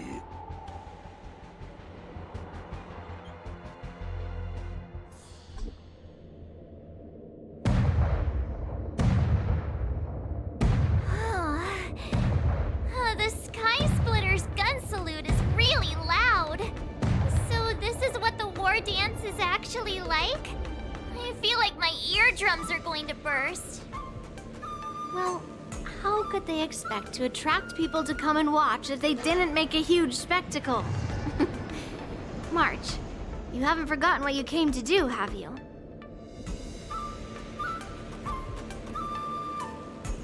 As a representative of the Xianzhou Lafu, I will defeat all challengers.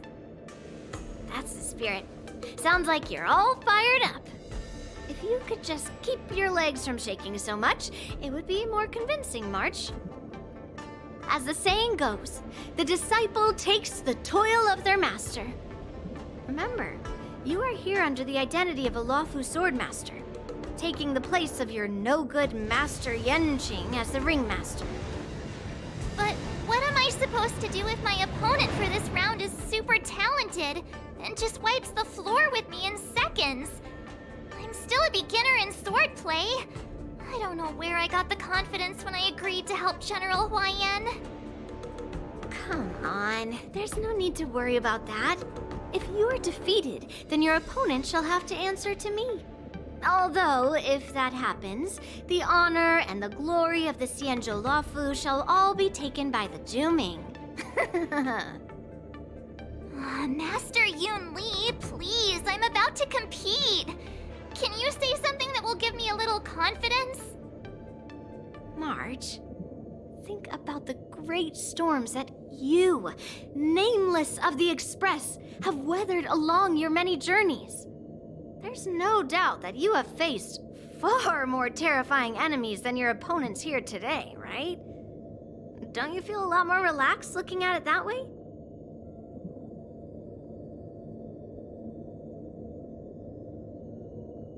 Why don't we call Master Yenqing back?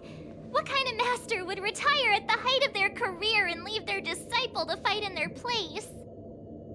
March, your master has dropped out of the contest. This is a great opportunity for you to stick your neck out. Stick my neck out and get my head chopped off, you mean? What is all this complaining about? You made a promise to my grandfather, and now you want to run away? Get out there, now! Master Yun Li, I don't think I'm completely ready. March, there is no such thing as completely ready.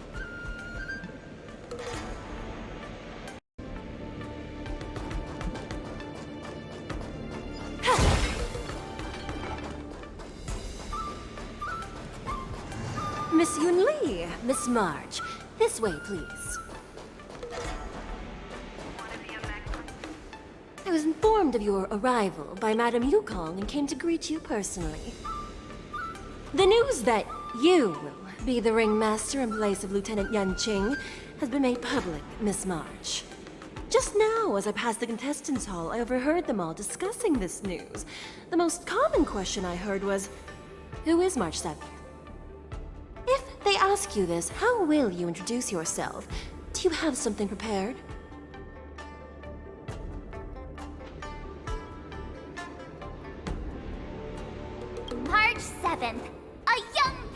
from the Astral Express.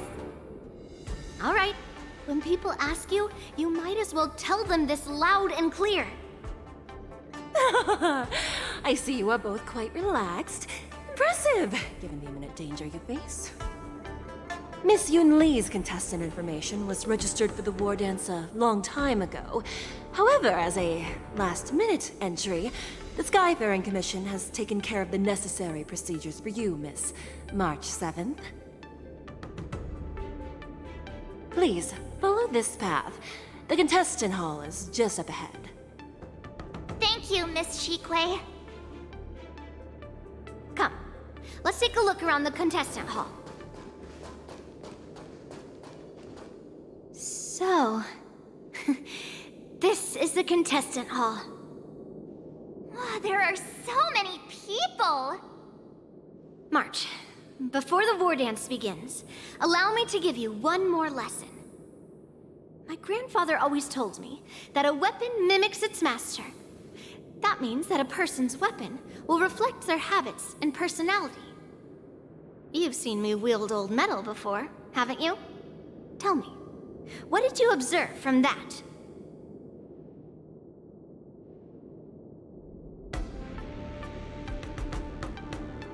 Waving around such a giant weapon, Master Yun Li favors using overwhelming force over strategy. You're not wrong. My battle style has always been simple and effective. One cut, and it's over. Observing the weapon that your opponent uses, assessing what kind of battle skills they excel at, and where their weaknesses lie, is the key to victory in battle. A shockingly heavy sword like mine, for example, is obviously not suited for a long, drawn-out battle. So, it would be best to find a way to drag the battle out. Why would you tell me your weakness?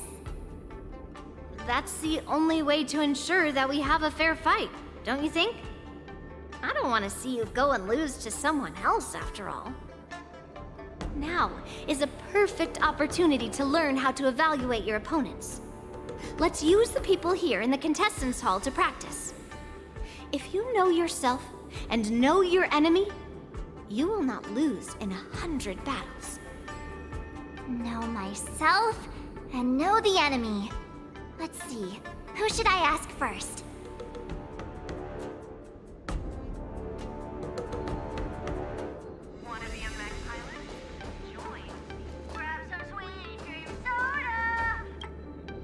Ugh.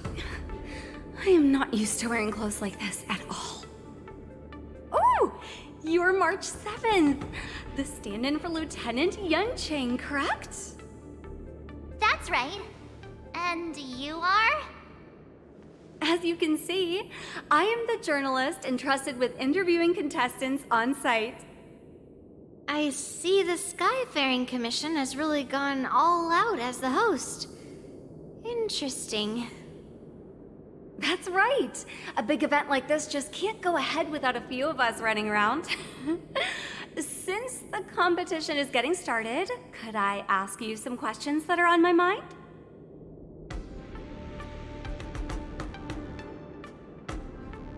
Know yourself and know your enemy, right? If you accept my interview, you'll learn all about yourself. First, the question that is on everyone's minds. Lieutenant Yunqing is not appearing in today's war dance. This is just gossip from unreliable sources, but I hear that Lieutenant Yunqing is seriously injured. Is this true?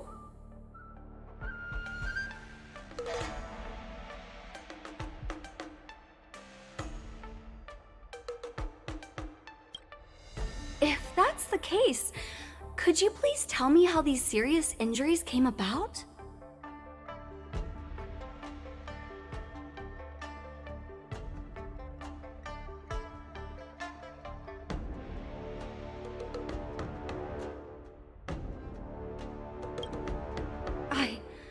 I had no idea it was that serious. That's a huge scoop.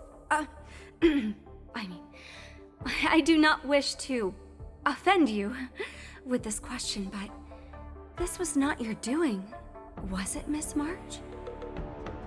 You saw right through me. Why else would I be standing here today? Once the war dance begins, you will be challenged by master swordsmen from many different worlds, Miss March 7th. Are there any that you're looking forward to facing in particular?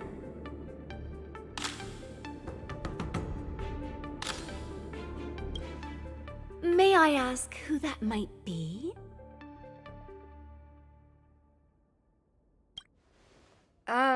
Who? Oh, are you talking about a contestant here today? Thank you very much for accepting my interview. Much appreciated.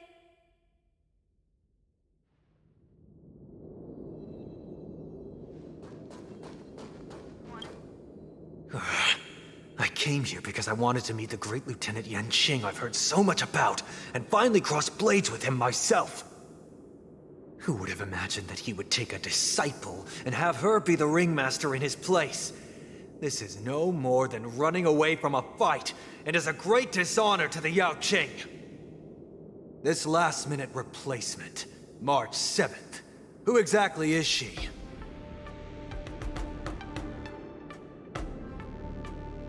That's right. I'm the March 7th that everyone's been talking about. What? You're March 7th? Don't worry. I'm a newbie swordmaster who's only been practicing the art of swordplay for half a month. March 7th. Standing before you is a seasoned Cloud Knight who has practiced swordsmanship for over 200 years. Tricking the opponent into underestimating me is a valid tactic too, right?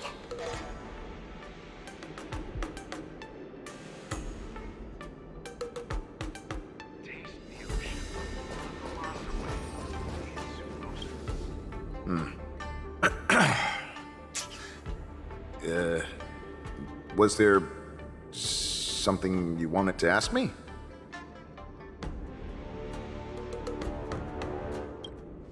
If I had to think of a weakness, well, whenever I open my mouth, I make things awkward. Does that count as a weakness? Oh, I understand what's going on, Miss March 7th and Miss Yun Li. I'm actually not a contestant. I'm just here as a security guard.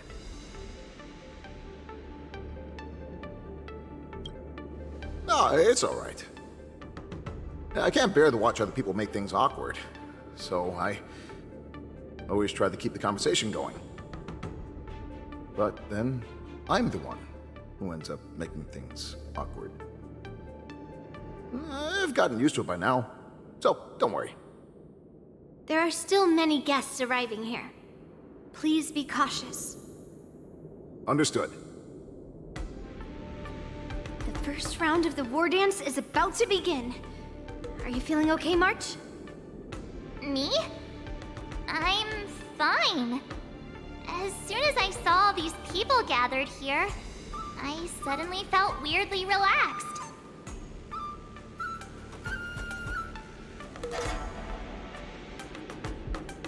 Looking at these contestants, I suddenly feel a lot calmer for some reason. I understand why you wanted me to know myself and know my enemy. I don't feel as nervous as I did before. So, do you want to go out and see the ring?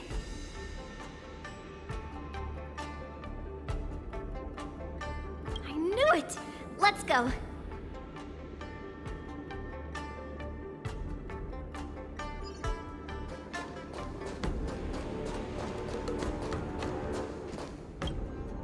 I heard that a swordmaster from the Shenzhou Zhuming is going to challenge Lieutenant Yanqing at this war dance. Who do you think will win in the fight? Can you give me your analysis? Lieutenant Yanqing, obviously. His swordsmanship is on a whole other level. I was fortunate enough to see him in person, using his flying swords to capture a criminal in Starskip Haven. I reckon just a few swift strikes and... Goodness! Isn't that the Xianzhou Zhuming's contestant, Miss Yun Li? Just, a few swift strikes, and the Juming Swordmaster will have him on his knees.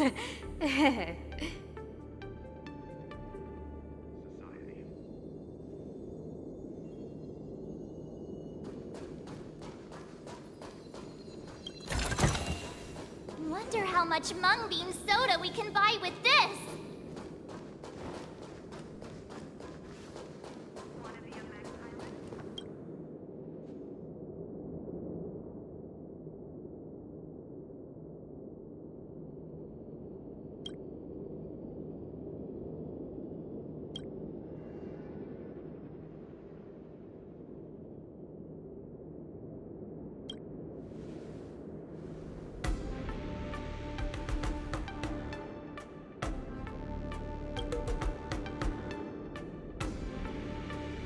That's enough knowing the enemy for now. Come on, I want to see what the ring looks like.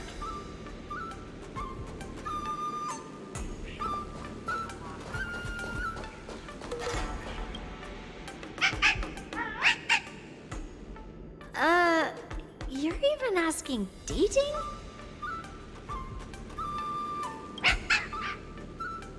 Well, looks like she's done with her questions. That's enough knowing the enemy for now. Come on, I want to see what the ring looks like.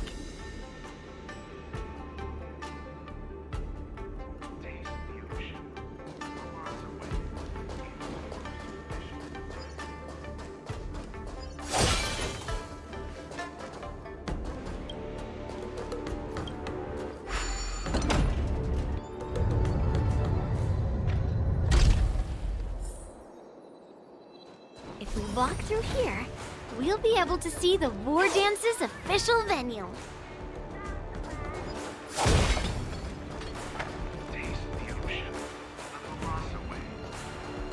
Wow, so this is what it's like from the spectator seats? Look over there. That's the ring we'll be standing on. Master Yoon Lee? I'm getting nervous again. Can I really do this? Well, it's too late for nerves now. It's almost time. Almost time for what? As soon as I think about the mission General Hyen gave me, my heart starts racing like crazy. What do I do, Master Yoon Lee? It's when it stops beating that we need to worry. Just take in the atmosphere and prepare yourself. I have to leave for a moment and do some inspections around the ship. This was also part of Grandpa's orders. I wonder how Master Yanqing is doing over there. Hey, focus.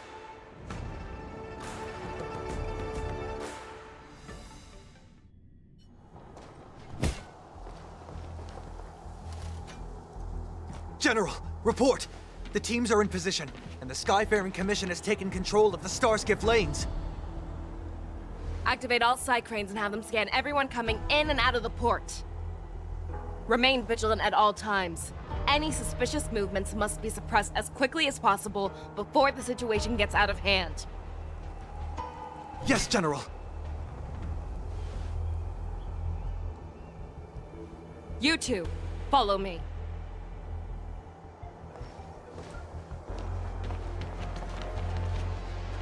What's signals nearby, but we lost contact just a moment ago. Could that mean... He will be fine. Cloud Knights, search for the target.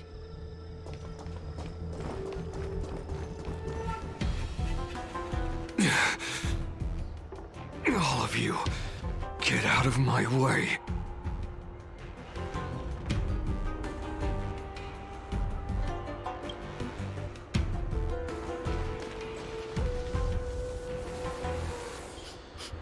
Wait.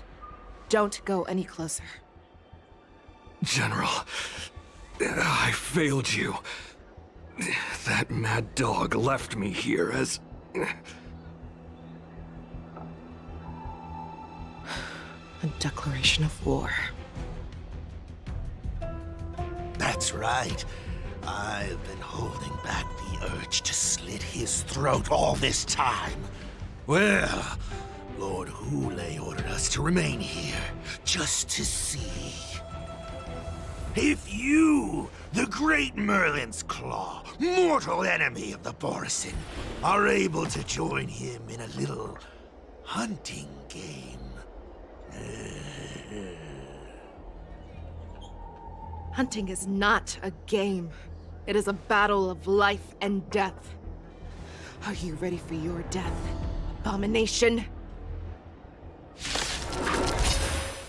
Die, you lowly beast! Die!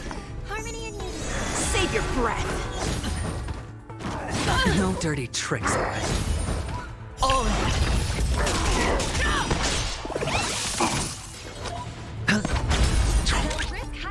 You won!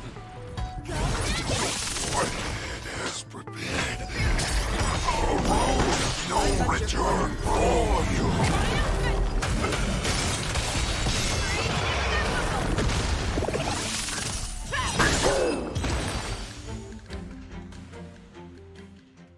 Wowza, are you okay? I wasn't able to save Jiao Cho. Hule was more cunning and powerful than I imagined. Tell me, how is he planning to declare this war against me? With a one-on-one duel? Or with a hostage exchange, maybe? Hule is planning on attacking the bustling streets of the Xianzhou Luofu. What did you just say? Impossible. Even if there are still undercover Borisin that we haven't sniffed out, Hule can't have more than a few dozen people. How is he planning on simultaneously attacking the streets of the Xianzhou Luofu? He has an ace up his sleeve. Hule's body holds a plague mark passed down through generations of Borisin. I've seen him convert a Foxian to a Borisin wolf trooper with my own eyes. This is Hule's declaration of war. His blood. It can cause Foxians to rapidly transform and lose their minds.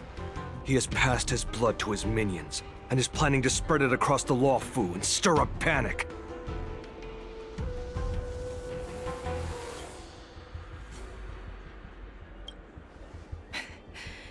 He wants to encircle us in one fell swoop. This beast is truly unpredictable. Contact the Skyfaring Commission and the Cloud Knights right away. Have them enforce a traffic ban and order all Foxians to remain indoors until further notice. The moment you see your enemy's declaration of war, it means that they have already begun to take action. But if Hule succeeds in getting this panic to spread... Do you remember what I told you before? Hunting is about thinking the same way as your prey, not just mindlessly chasing after them.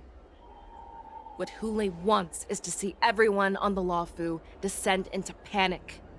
He wants to see us lose our minds and waste our limited manpower scouring every inch of the Luofu for signs of an attack until we exhaust ourselves. It's like that party game that the people of the Yaoqing love to play. They hide an object under one of several bowls, then move the bowls around and have you guess which one the object is underneath. The way I see it, this is all nothing more than misdirection. No matter what Hule does, there is one truth that cannot be changed. He is trapped aboard the Xianzhou Luofu. The only way for him to escape is to find a ship.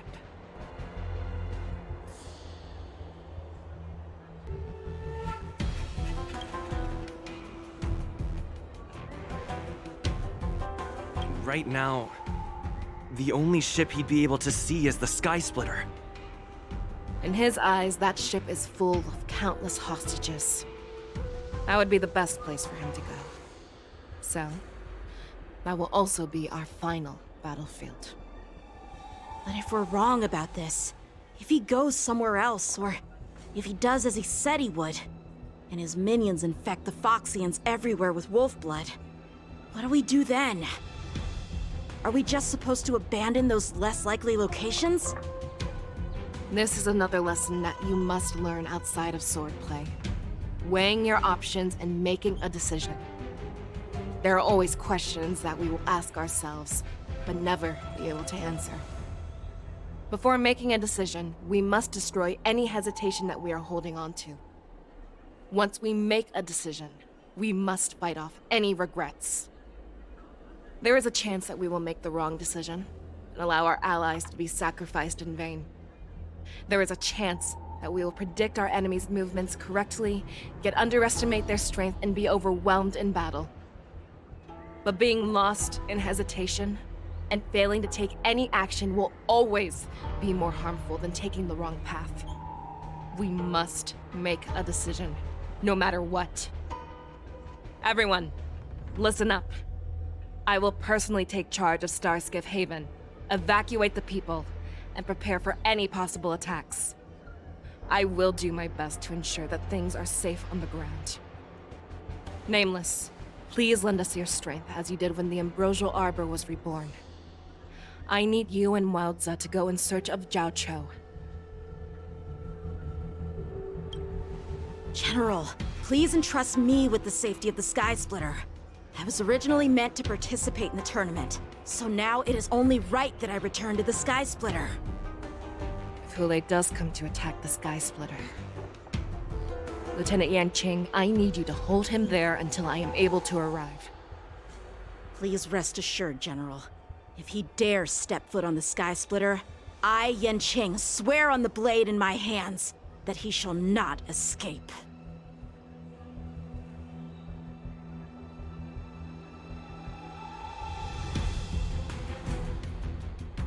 Cloud Knights! The Borson have arrogantly decided to challenge us on Xianzhou territory. They vow that they will unleash a bloodbath along the streets of the Xianzhou. The unarmed civilians of the Xianzhou and countless visitors from afar are under our protection. Let me ask you, as Cloud Knights, will we allow the Borson to succeed with their plan? Be on your guard.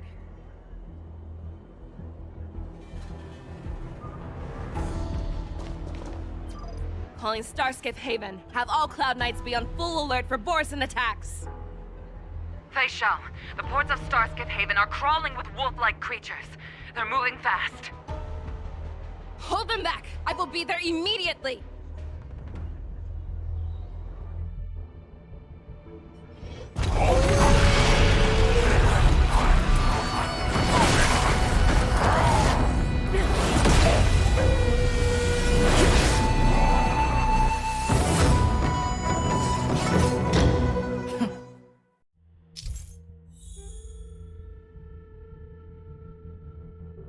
There you are, Fei Shao. Madam Yukong! After 30 years, we find ourselves fighting side by side once more. It's been a while since I've let loose. Let's get this started. Remember, you are still on the Law Fu. What?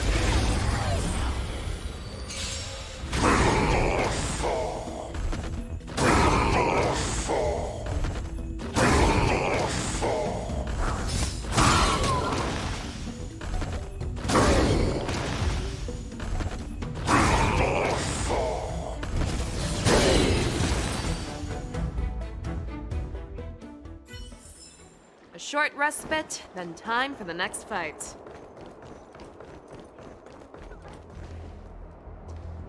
We have cleared out the enemies in Starskiff Haven. But it seems that there are fierce battles being waged at both the Exalting Sanctum and Arum Alley. I will prepare a Starskiff. We cannot allow the fighting to continue. This is now a race against time to stop this farce that Hulei has created. I know Jiao Cho always wants me to know my limits and not get carried away, but now is the time to bring this to a swift end. Contact the Exalting Sanctum. Tell them if they see a light in the sky, all units are to retreat immediately. Madam Yukong, lend me your bow!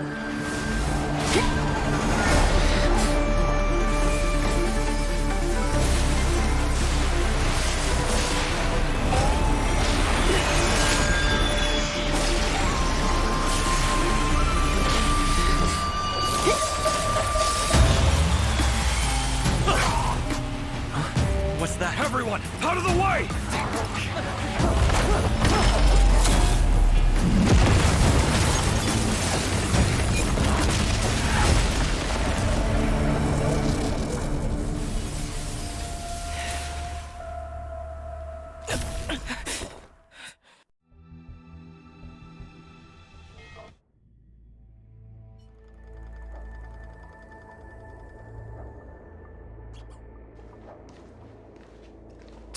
What a mess. I just knew it would end up this way. Every time she hits the battlefield, she makes a mess like this. She didn't even leave a single survivor to get intel from. One of these men must have known about Hule and Zhao Chou's whereabouts. He has to be. A retainer like myself is nothing more than an insignificant shadow who stands by the general's side. But Zhao Chou is different. Without his careful treatment, the general wouldn't even be here today. Hopefully, he can use that silver tongue of his to buy himself enough time. Take a good look around. If you can find one or two Borisin that aren't dead yet, let me know. I don't care how tight their lips are sealed. I always have a way to crack them open and get the information we need.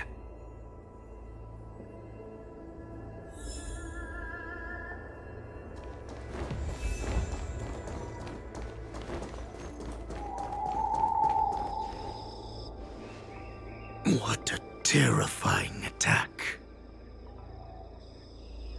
Who could have imagined that such astonishing strength would lie in the hands of a Foxian war slave? So decisive, so brutal. She is more like a descendant of Duran than we who have fallen to our current state. No wonder the Warhead has his eyes on her.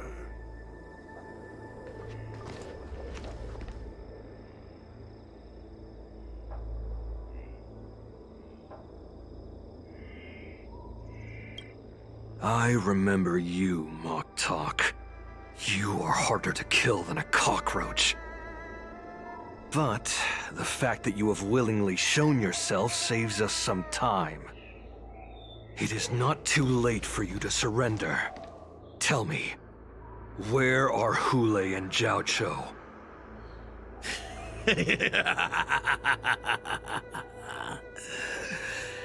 Save your energy, Yao Qing monkey. If there is one principle that we beasts know well, it is that we might have to break off an arm to break free from a cage. Today, I will be that arm.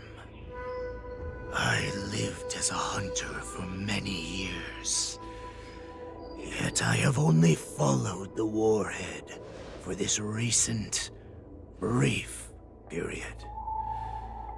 However, his existence has brought light back to our once blind eyes, like the moon of Verdantia.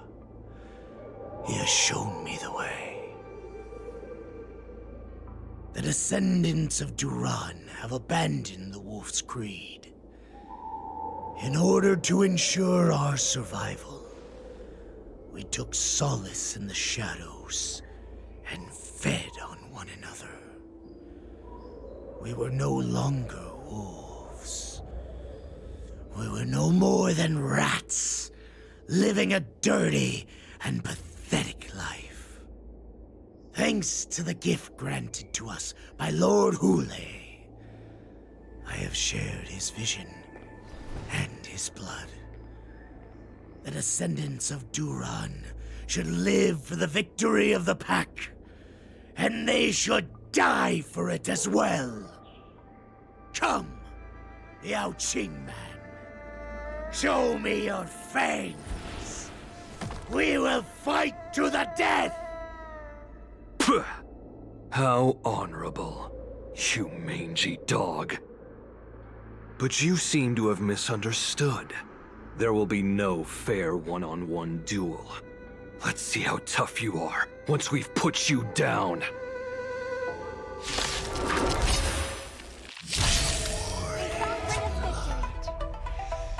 It boils in my veins.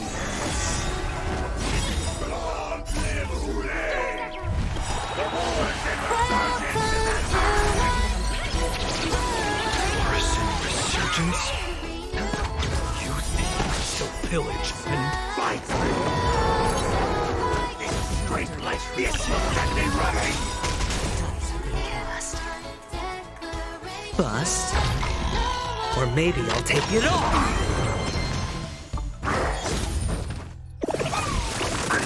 I must hold on.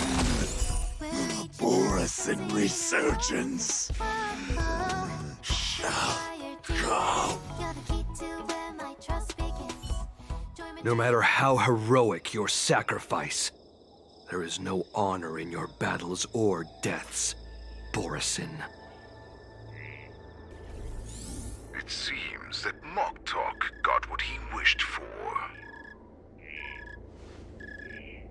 Hule, your declaration of war is over.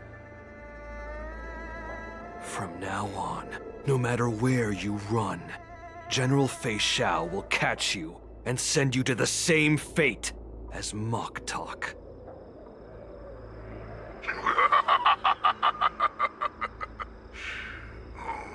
Your tongue is sharper than your claws.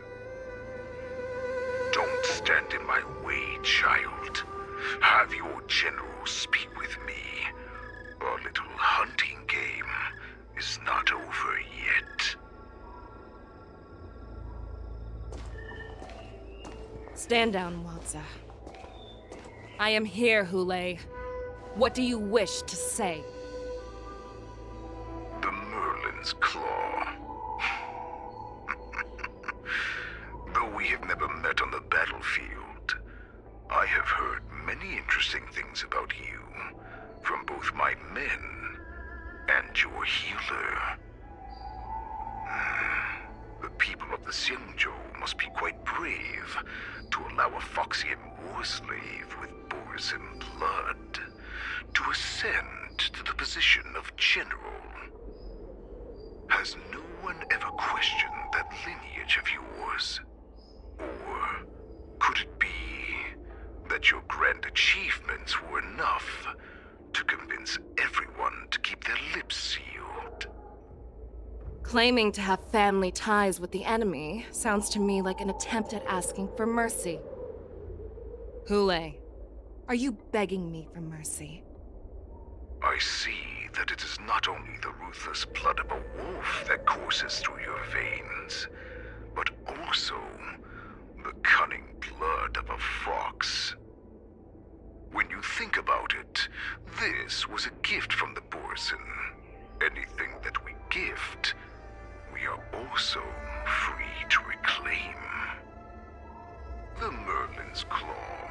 I shall extend a final invitation to you. I will be waiting for you on the Sky Splitter. Before you arrive, I will slaughter all in sight, allowing the crimson moon that has fallen dim for over 700 years to once more come to life. I will illuminate this ship with the sheen of blood and show everyone just how weak and powerless the Xianzhou is. Then, I will pilot this ship through every blockade and barrier you have prepared and begin my journey home. This ship shall be the flagship for the Borisin Resurgence. Before I finish these tasks of mine, you have a chance to stop me or die at my hands. This is the path that I have prepared for you. I accept your challenge, Hule. Because the very moment you stepped aboard the Sky Splitter, you stepped onto your path to ruin.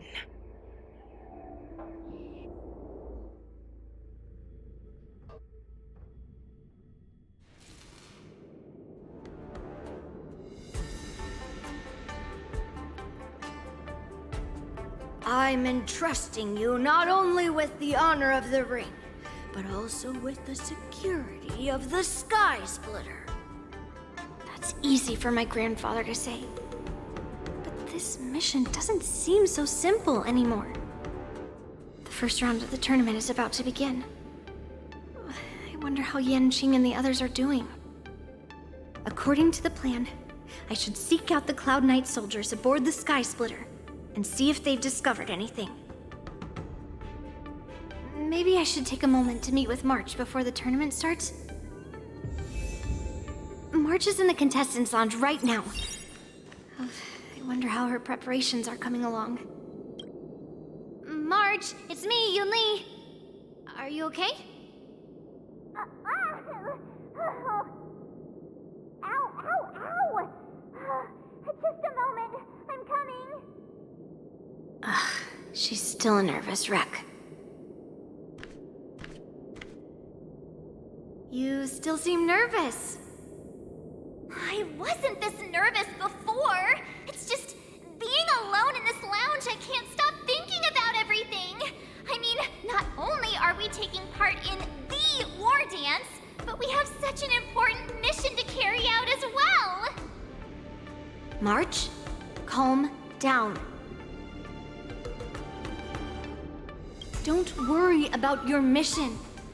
You have me here too, right? I know my grandfather said that you must represent the Luofu as the ringmaster.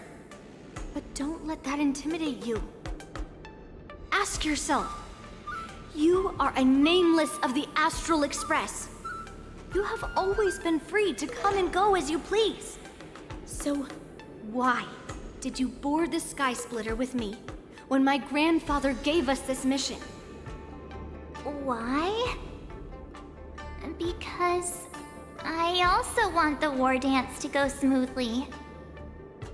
For us Nameless, even though we're just visitors at every stop, it was here that I met my two masters and made many new friends.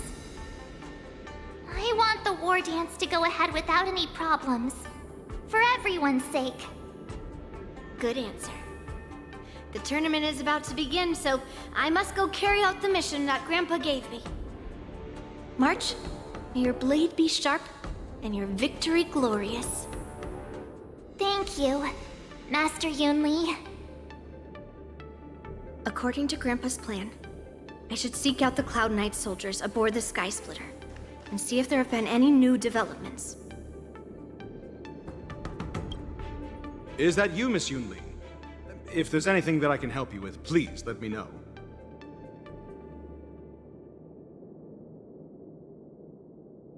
The Cloud Knights are all in position, following General Hua Yan's orders.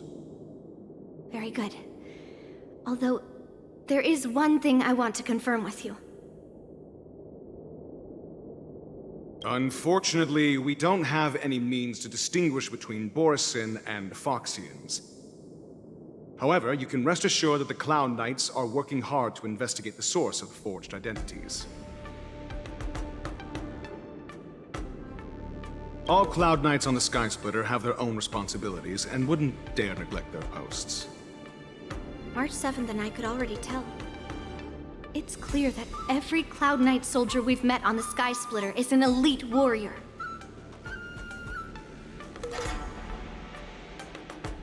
Your timing is perfect, Miss Yunli. We actually just received an emergency boarding request. An emergency boarding request? It wasn't on the Sky Splitter Starskiff registry, but all the documentation checked out. Who would be boarding the ship at this time? Where are they? I'll go check it out. The Starskiff is using the contestant docking bay. Would you like me to lead the way? No need. You have your own duties to take care of. I will be fine by myself.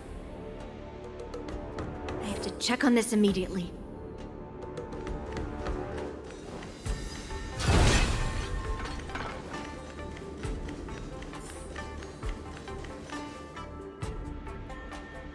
Routine inspection! All passengers, please prepare for an inspection. So this is the suspicious Starskiff. Where did the passengers go? I'm going to count down from 10. If you do not come out, I will destroy the ship. 10, 9, 8, 7, 6, 5, 4. Time is running out. 3, 2, 1. Wait a second!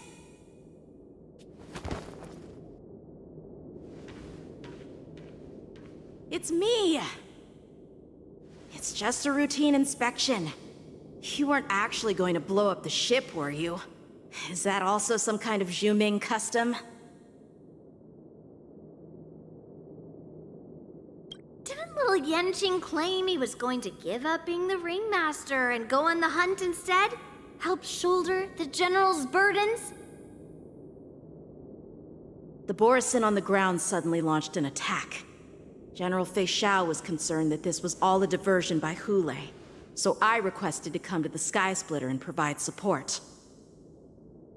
I can't believe you ended up back here on the Sky Splitter after running around all over the place. But you're too late to enter the tournament now. Following Grandpa's plan, our disciple March is taking your place as ringmaster. Aren't you proud of her?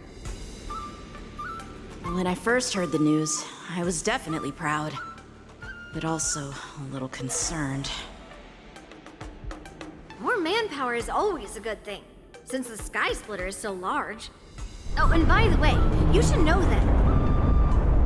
What's happening?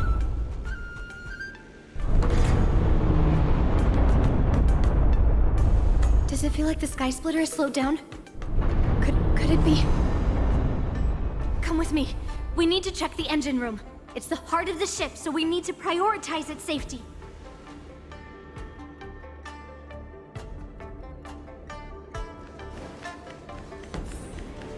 The war dance is about to begin. Contestants, please make your way to the arena. The engine room is just up ahead. Let's go.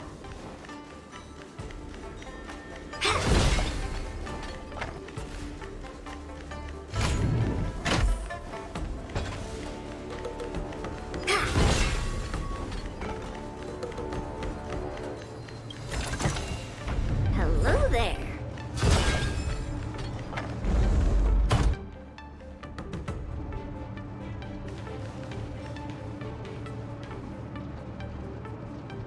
Strange. Why is there no one here?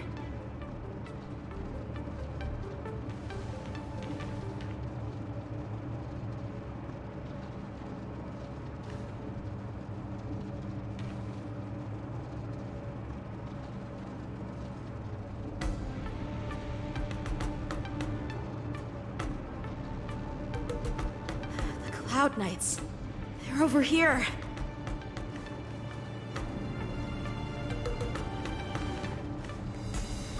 And you should be lying alongside them. Don't worry, children. There's plenty of space to hide your bodies over here.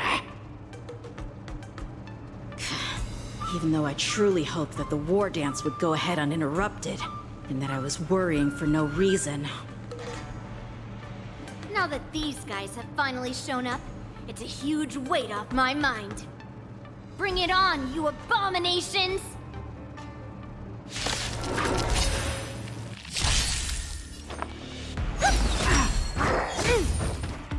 Right on time. Yes, you! Right on time. Watch your head.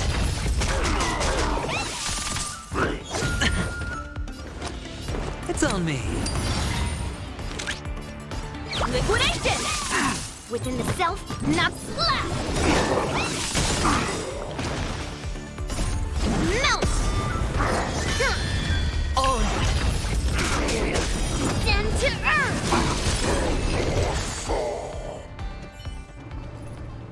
If we found 2 wolves in the engine room, that means that even more abominations have infiltrated other areas. Hulei is already aboard the Sky Splitter! There's no time to talk about this. The war dance has already started. If my guess is correct, the Borisin will most likely use the ceremony to begin their slaughter. Let's go. We need to get to the war dance ring.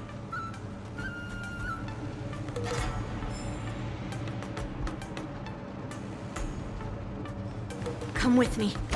To the ring. Intercepting stop. Lead through cloud. I hope we're in harmony and unison. No dirty tricks. Yes, you. Watch your head. Hedge your bet. Go Nappy! Strike!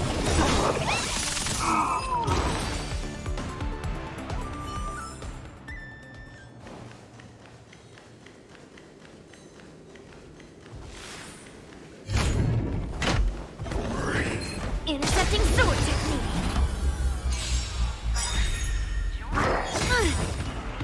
Yes, you!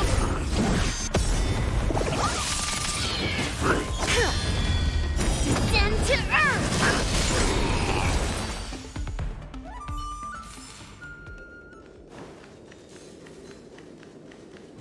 This way. We're not too late.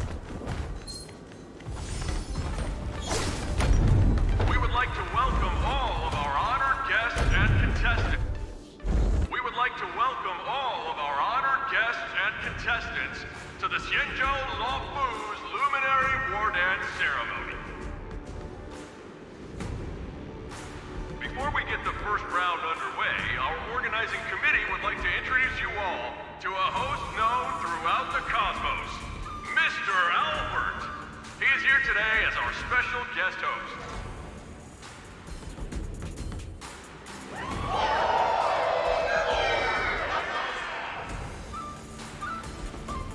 Let us invite our special guest host, Mr. Albert, to the stage to formally open the war dance.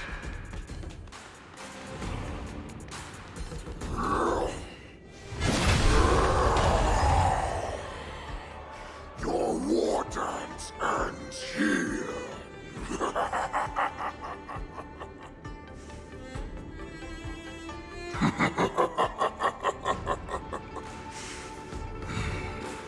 From this moment on, the Sky Splitter belongs to me.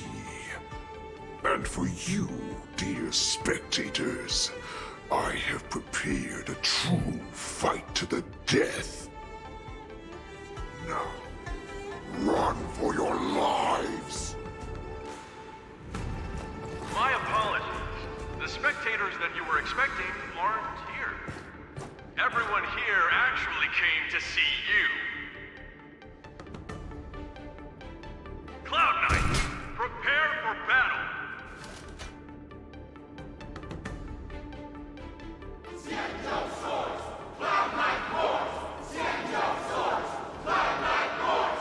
Xianzhou swords! Cloud Knight wars! Xianzhou swords! Cloud Knight wars!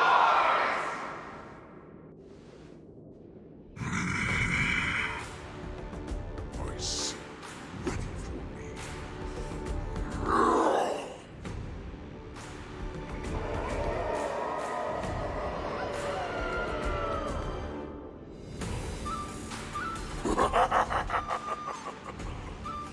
That's fine too. Since you have all prepared for your deaths, come, give me all you've got. Entertain me.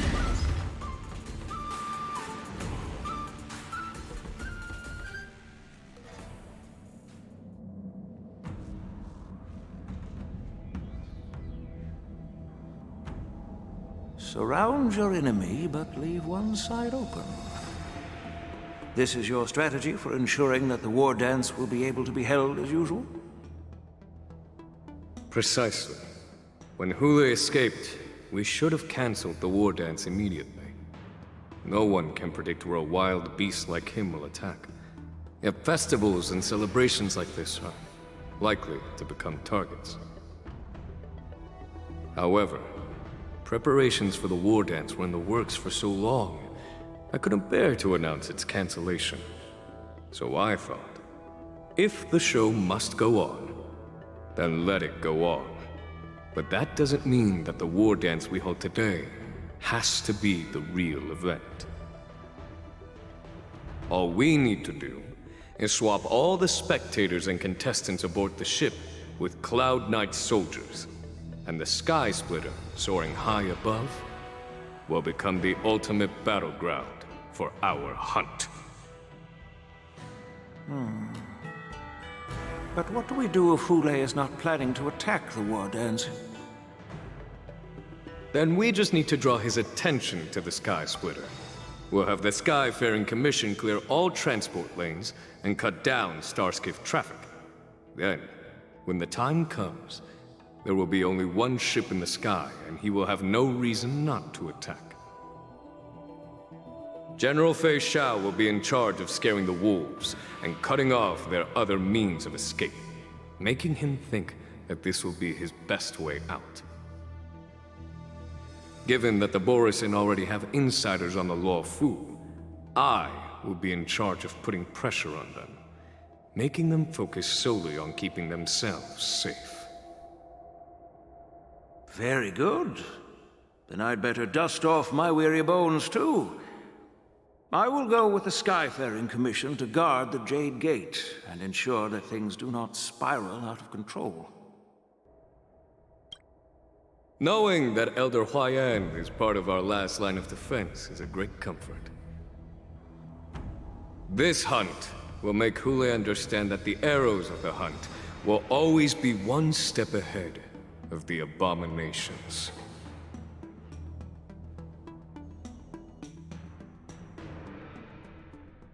That jolt just now. What's going on? It feels like the entire ship has started to slow down. Borisin must have actually infiltrated the Sky Splitter. Based on General Huayan's orders, it's time for me to take action.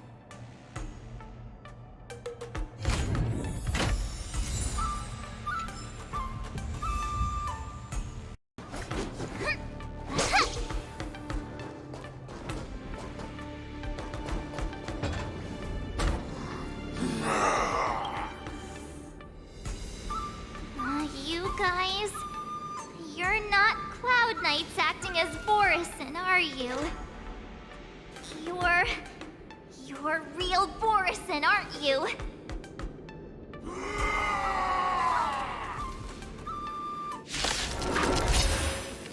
Oh, looks like the General's arrangements are finally coming in handy. I need to find Yunli and the others as soon as possible. Harmony and unity. No dirty tricks, alright. The dice have bust. Or maybe I'll take it all. Easy, Numby. Go, Numby! All in. No dirty tricks, I could take alright. 10 of you.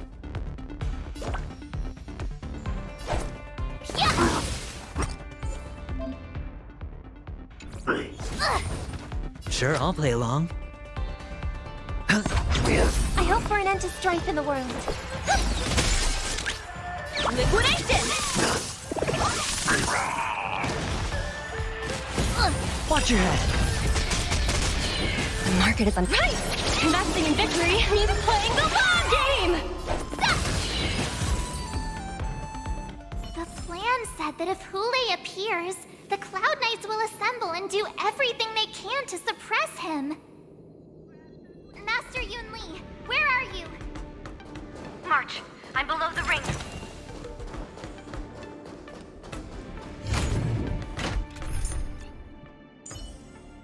Nice form.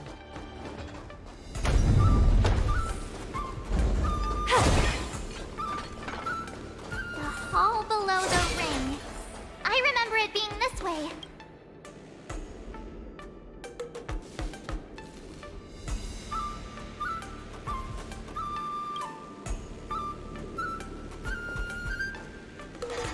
Master Yanqing! What are you doing here? I was concerned about the safety of the Sky Splitter, and my dear disciple, of course. Yanqing, the wolf you are hunting is standing above us in the war dance ring at this very moment, facing the Cloud Knights. This war dance will not be seen by the people of the Xianzhou, nor will it be just a ceremonial sword fight. This is a battle to the death that offers no honor, only mortal danger. March. Are you ready?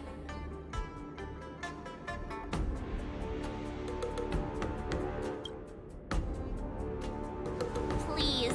I am March 7th, a sword master who will represent the Luofu in glorious battle. Yunli, Miss March, may your blades be sharp, and your victories glorious. May your blades be sharp, and your victories glorious. May your blades... Ah, forget it. Let's go and make this a quick victory.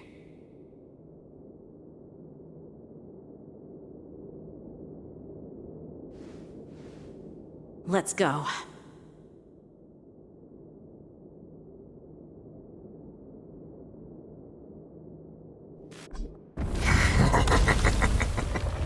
So feeble.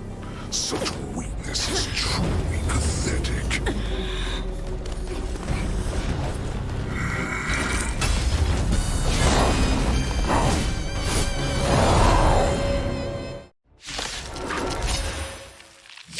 I've been waiting a long time for this, Hule. I see you shower sense of young cubs to the slaughter. What I can really do. Remember this. My name is March 7th, Ringmaster of the Luofu. The Xianzhou love not many worthy warriors.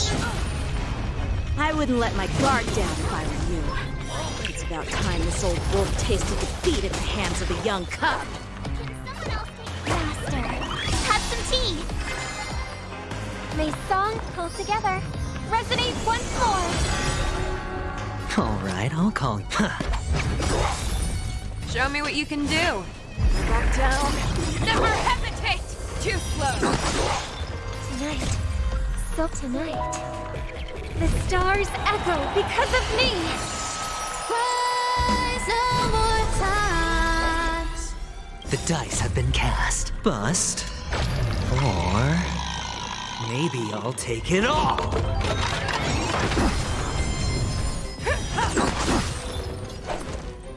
I venture forth to hunt forever.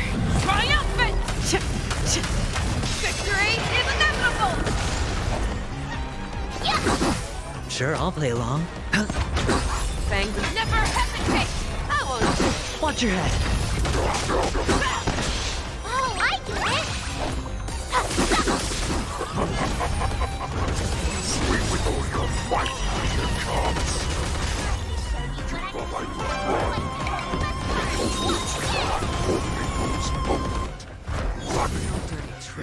You think a little ambush is enough to defeat me?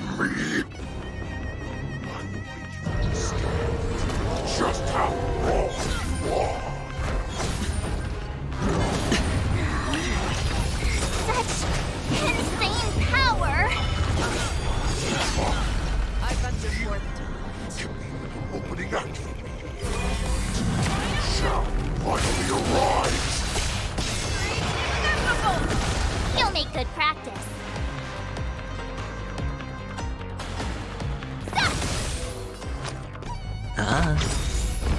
Not that. But it will take much more than that. Your feeble weapons are like blades of grass.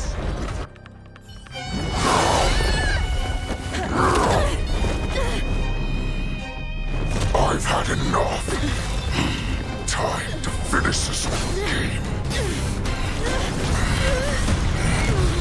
What's happening?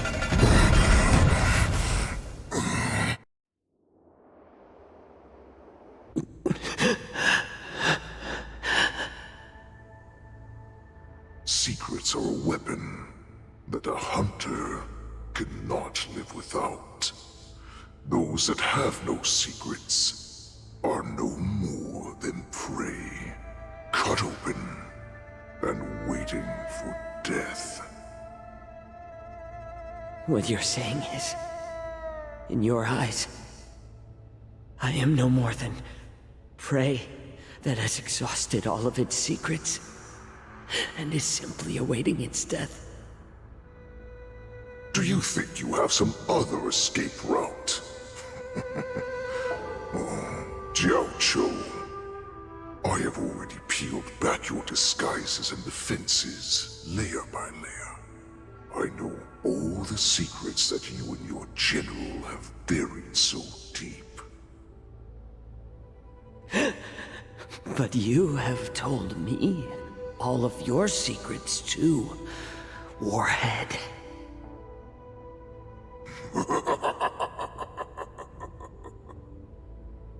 Oh, but you will never have a chance to use them.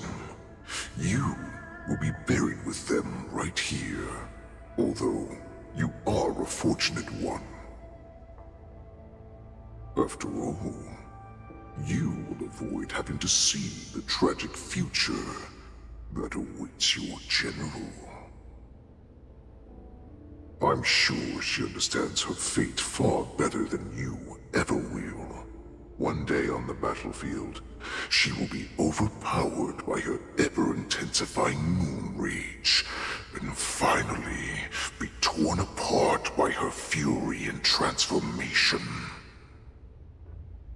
Not even your god can save her from this fate, although they can lead her to liberation. And the only way to save her is here, in my hands.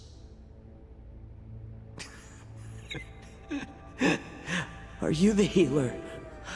Or am I? Are you really that certain of your own judgment? I must leave, Foxian. But before I go, you know what I must do, don't you? Drink blood wine. I hear it is a Borisin custom to kill prisoners and drink their blood before battle to stir up their madness. You really did put hard work into researching us. It is a shame that this is where your journey ends.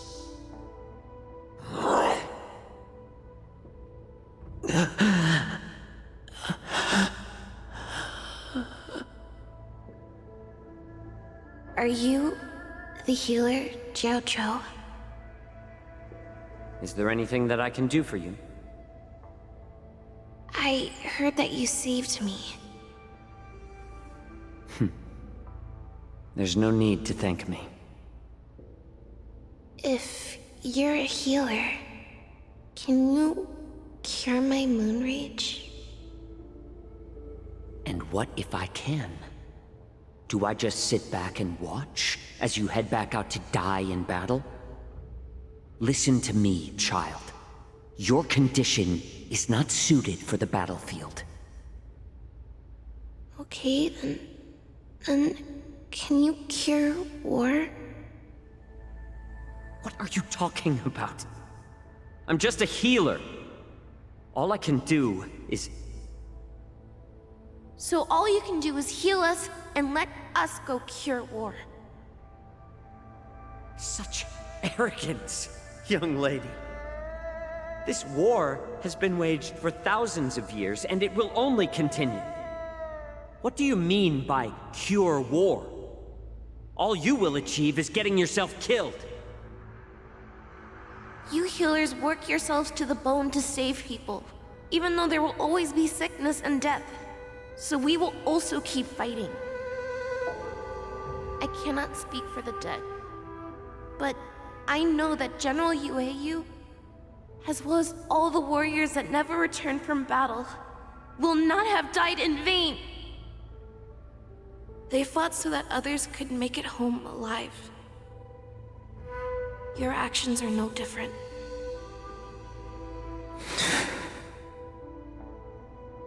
Jiaoqiu, this is an order. Cure me!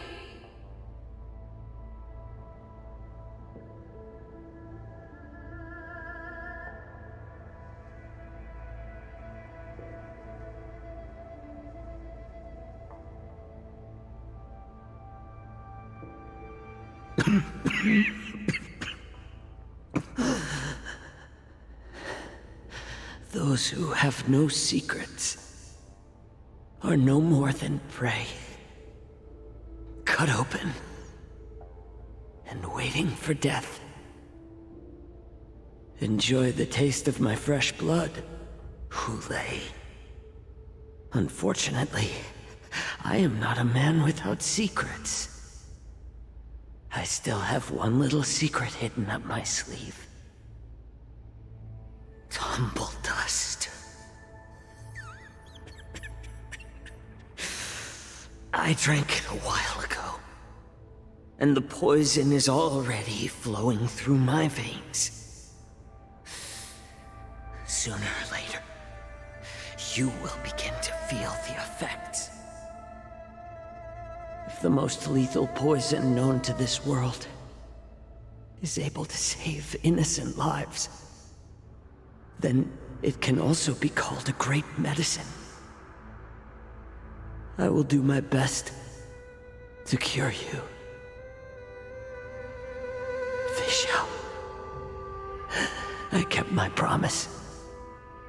At the cost of this insignificant life. Bring victory to the Yaoqing.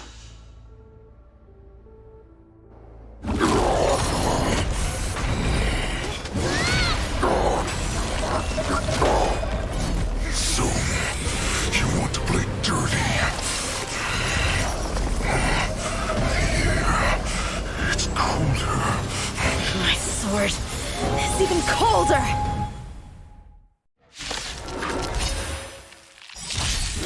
Hulei's movements are slowing down? This is our chance. Time for us to take this dog down! Not very sportsmanlike. Nice job! I hope we're pressing it all together. Fangs and fearless knows not fear. I won't do it. Watch your head. I venture forth to forever triumph! Victory!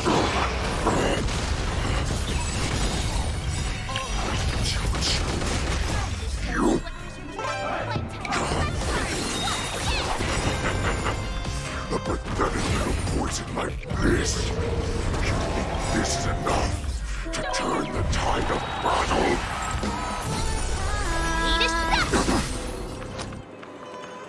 It's on me.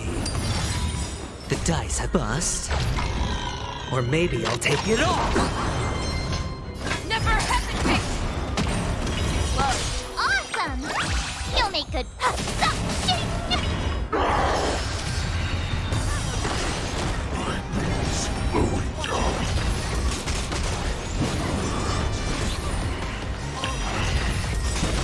It's not me. You can defeat me. I could take 10 of you. Yeah! Time to show you Azure Dragon, White Tiger, less cards. What's this? I venture for forever triumphant! That does not mean you cannot be overpowered. Hulei! Impossible! How could a mere whelp defeat me?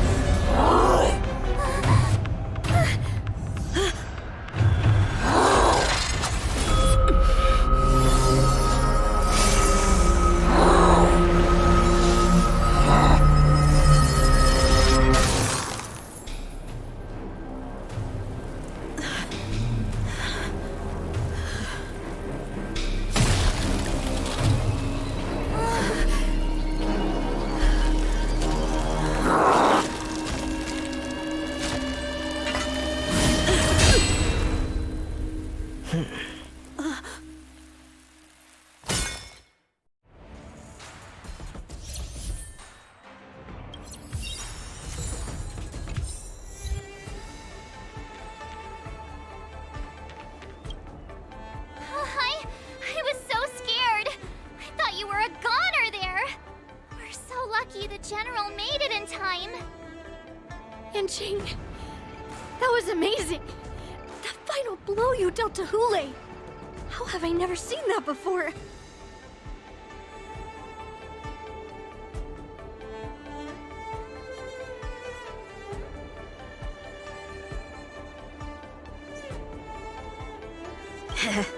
Do you want to learn it?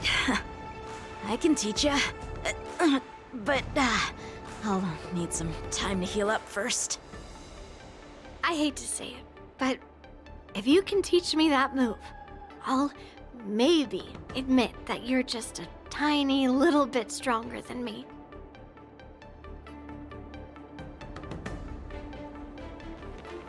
The hunt is finally over. Thank you for holding out so long. The Cloud Knights are withdrawing as we speak. Lieutenant Yanqing, how are you holding up?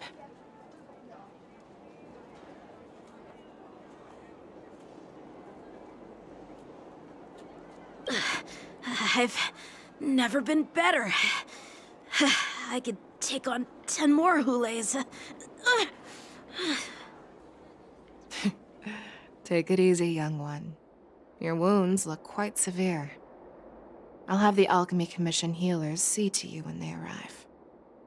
Who would have imagined that I would arrive late to the battlefield for the first time in my life? No.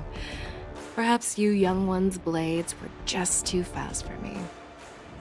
I originally thought, in the best-case scenario, you would team up and hold this beast back while protecting yourselves.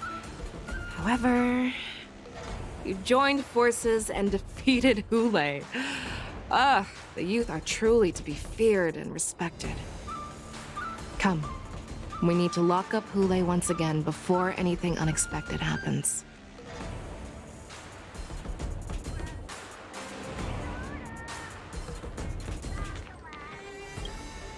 Such an unforgettable blade.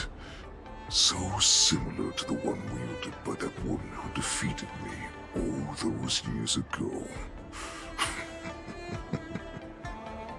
Over 700 years have passed, and I thought I would have a way to overcome it by now.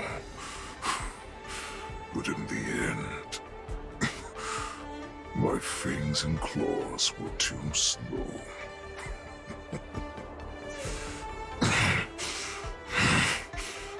You won, child. Stop struggling, Hulei. There's plenty of time for you to be tortured by your regrets when you go back to the shackling prison. Yes, I was defeated, but this was not unexpected. And regardless, you still showed your face, Fei Xiao.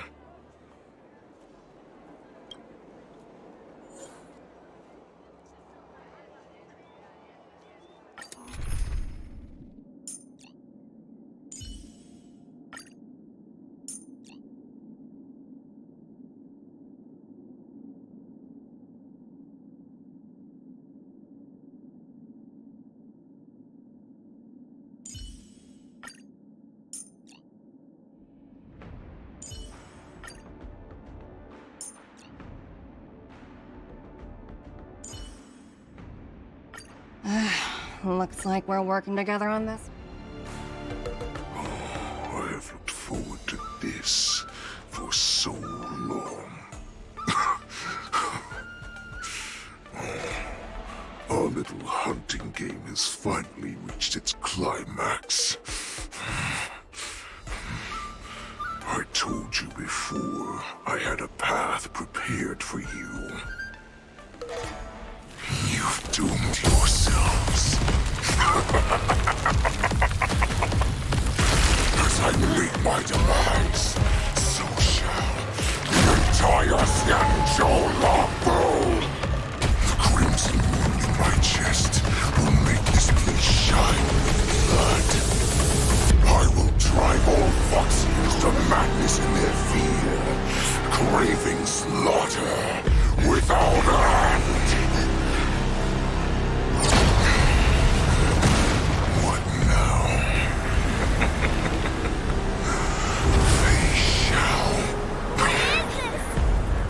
the heart of the Borisin warhead, a product of the plague mark. I'll leave the next part to you.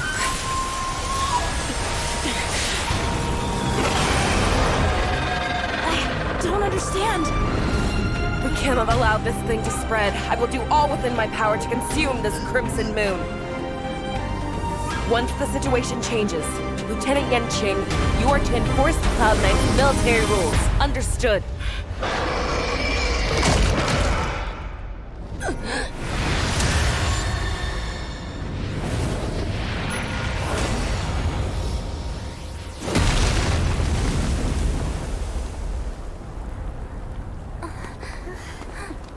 General!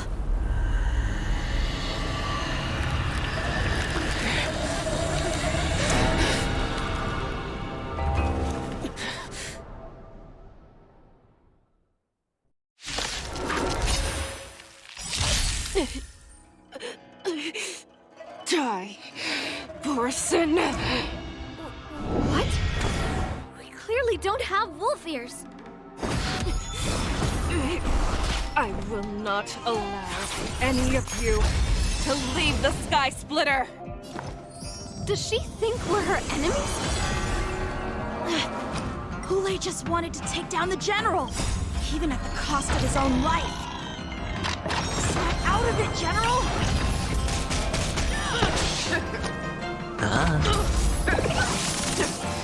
Go nothing! Worthy. Fangs and claws. Forever. Triumphant! Victory is inevitable!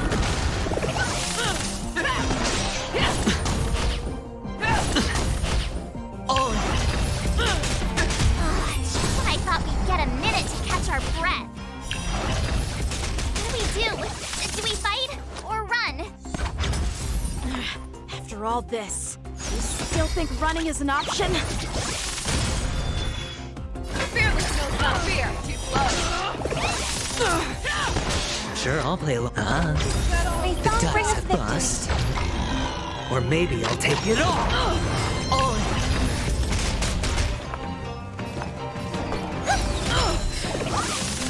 Easy, Numby, go nothing! Never hesitate!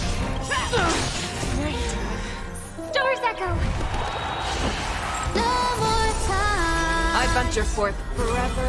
Triumphant! Victory is inevitable! Watch your head.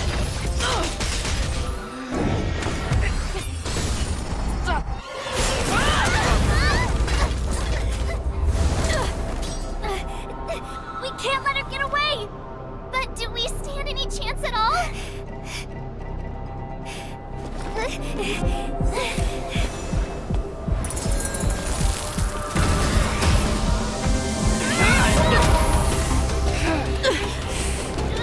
She said, I'll leave the next part to you.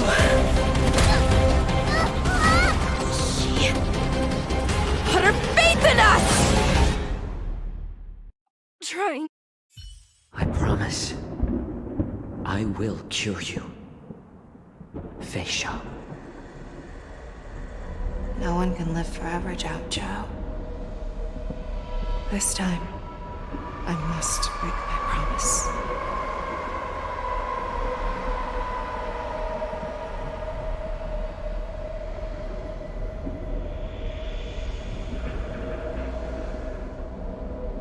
Is this the Sky Splitter? Or somewhere else? Lieutenant Yanqing, you are to enforce the Cloud Knight's military rules. Understood. We can't let her get away! Snap out of it, General!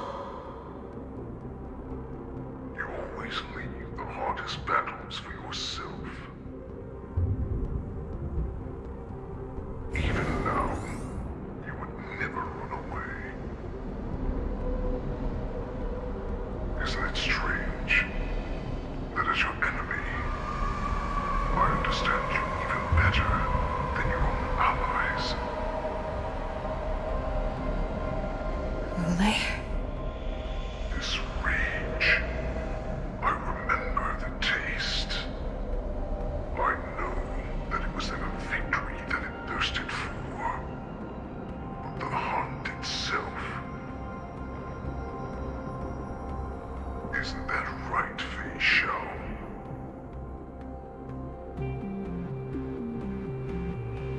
shouldn't be here. I saw you die with my own eyes. Just consider me a figment of your imagination. Before every hunt, I make preparations for defeat and retreat. But not this time. This time, defeat was exactly the ending I was racing towards. When I learned your story from Jiao Chu, I realized that he had always been hiding a secret, and that not even the healer himself understood the meaning of this secret. What an ironic fate, don't you think? All this time, waiting for this day to come. I never imagined that this was how it would turn out. But I accept it. Now, let us break through the ironclad defenses of the Omni General's heart and see what secret she has hidden in those deepest, darkest corners.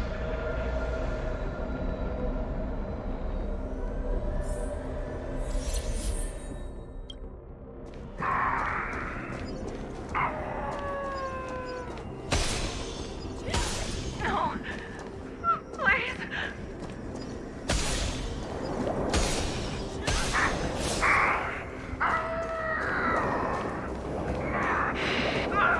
Help me! I'm sure that the people of the Xianzhou have shown you these familiar scenes countless times.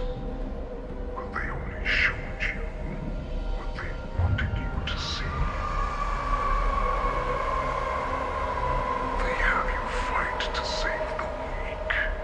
But what they never told you is that when all the pretenses of kindness and compassion are stripped away, this is how the universe is meant to be.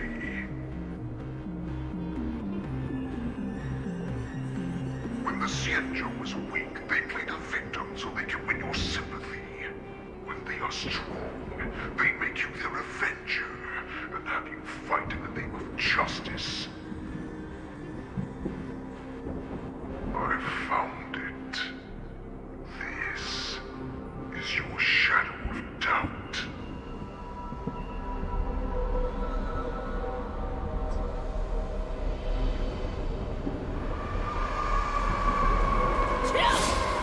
So-called survival of the fittest is nothing but an excuse.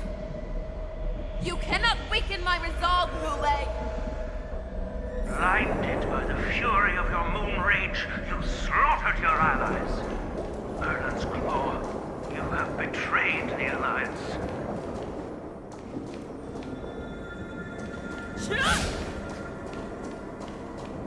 Your actions are no different from those of the abominations we stand against.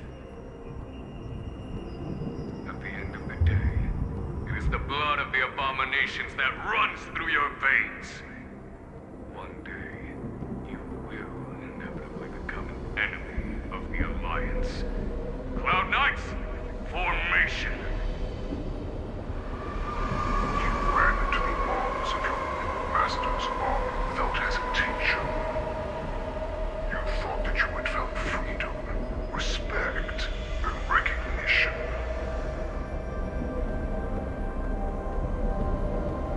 But you were wrong. They know all too well that a wolf will always be a wolf. Now your greatest fear is about to come true. You have become an enemy of the Xianzhou.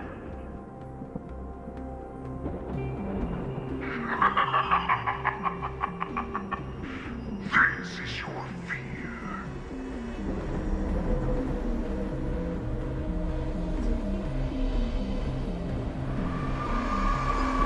Wayne, to instill terror within me.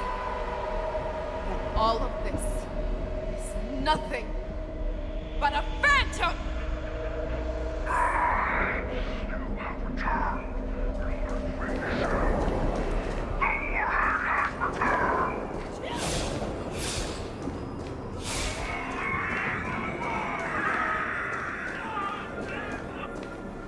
It's time to return to the pack, Fei Shao.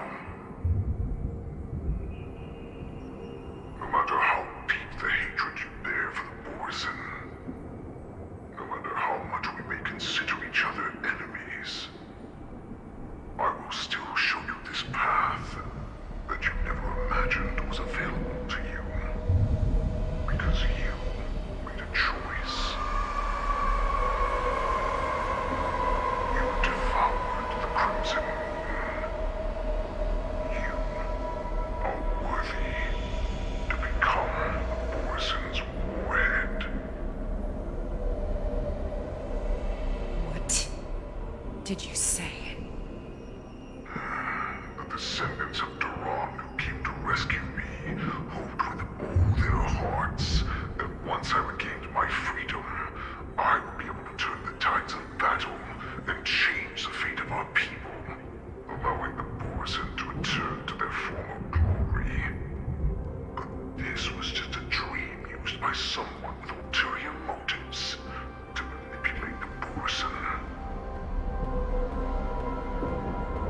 They would rather place their hopes of survival on an imaginary savior than gain the courage and strength to fight to the death. Borson like that deserve no more than to be sent to their deaths.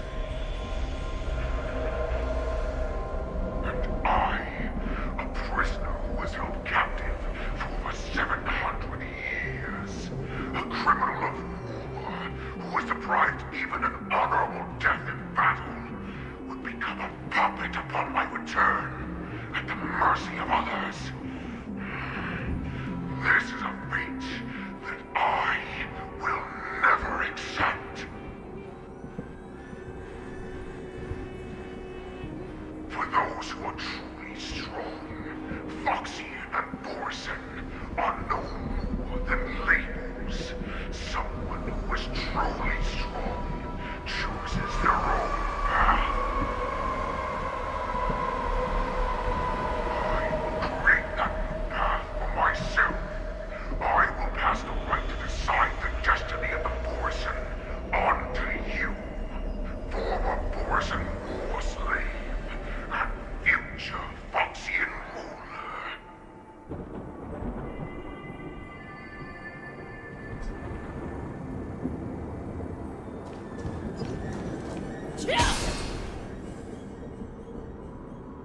Your healer, Jiao Chu, served you with such loyalty. He was even willing to die in order to cure your moon rage. I told him before that the only way to save you lay in my hands. If you just nod your head, you will awaken from this nightmare that the Crimson Moon has inflicted on you, and your body will be born anew. From that moment, you will no longer be trapped by your rage. Your doubt will be swept from your mind like dust, and your fear will naturally disappear. So this was the path that you prepared for me. To become a new you. That's right. We are so similar after all. We are both monsters that were born for war, and will die for war.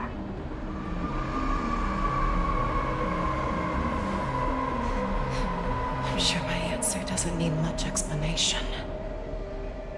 I refuse.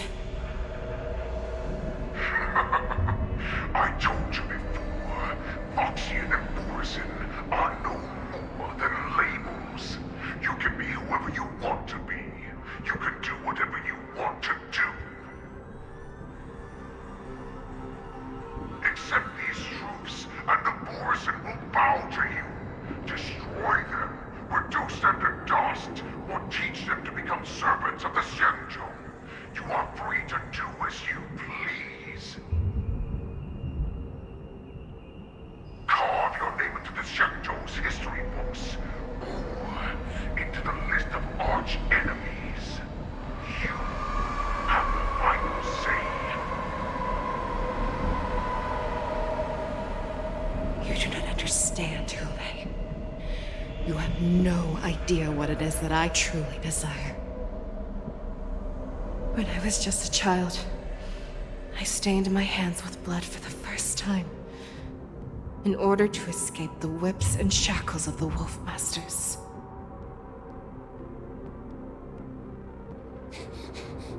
Nurgle! Don't stop! Keep running! I can't run anymore. Saran, are they catching up? They're still behind us. Don't stop! Nurgle! Look up! Look at that light in the sky! That's a shooting star. It's shining down on us. If we just tell it our wish, we can have our freedom. We will all be able to escape. We'll win our freedom and then share it with our cooler brothers and sisters. So you have to run! Quickly! We can do it! We can escape!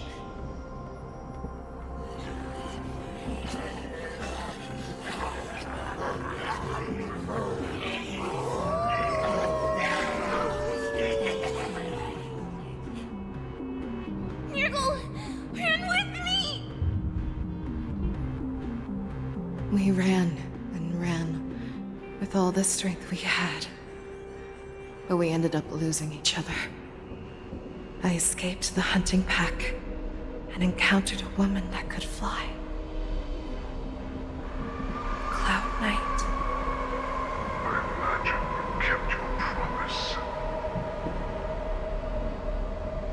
Unfortunately, when I led her back in order to free my Kulor companions, there was nothing left there but a bottomless pit.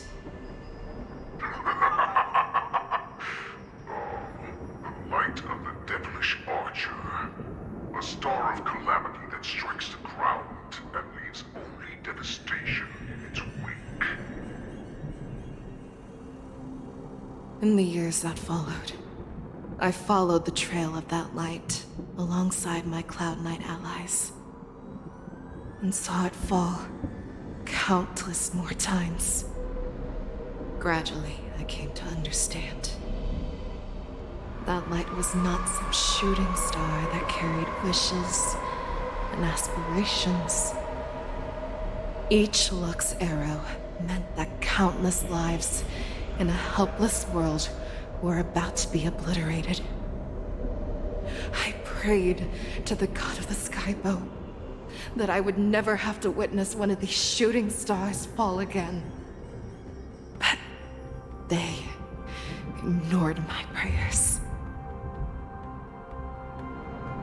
That's right. They never answer us. They just let us loose in this world to massacre each other.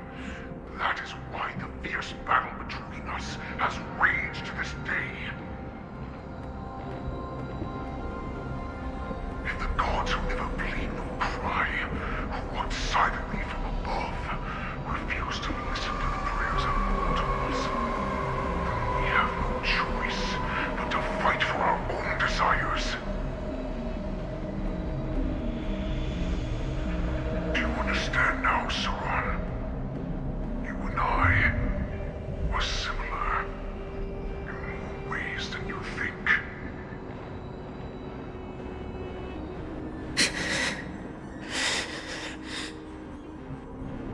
You are a beast that was born for war and will die for war.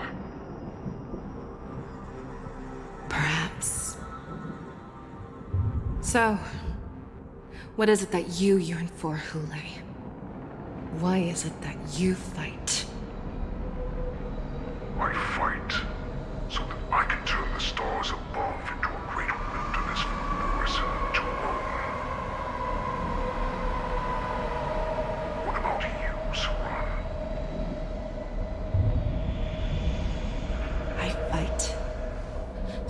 one day I will never have to witness another shooting star falling to the ground. So that just one more person can live and return to the Yaoqing alongside me. You would resist becoming the person you were supposed to be. Lower yourself from a free wolf to a domesticated fox just for the sake of one person.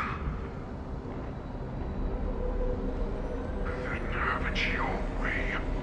I will use your fear and doubt as my nourishment. I will seize you and devour you. I will replace you and become a shell. We are so similar. Both monsters that were born for war and will die for war. You were right when you said that, Hule. So, I shall pray to the heavens. Even if they do not respond to me, I pray that the arrows of the hunt will pierce the heart of every monster.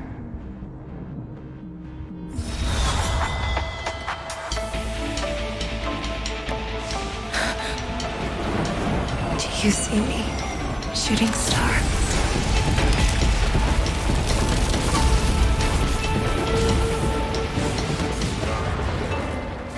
The knights are sworn to protect the Xianzhou. I will uphold this vow until my very last day.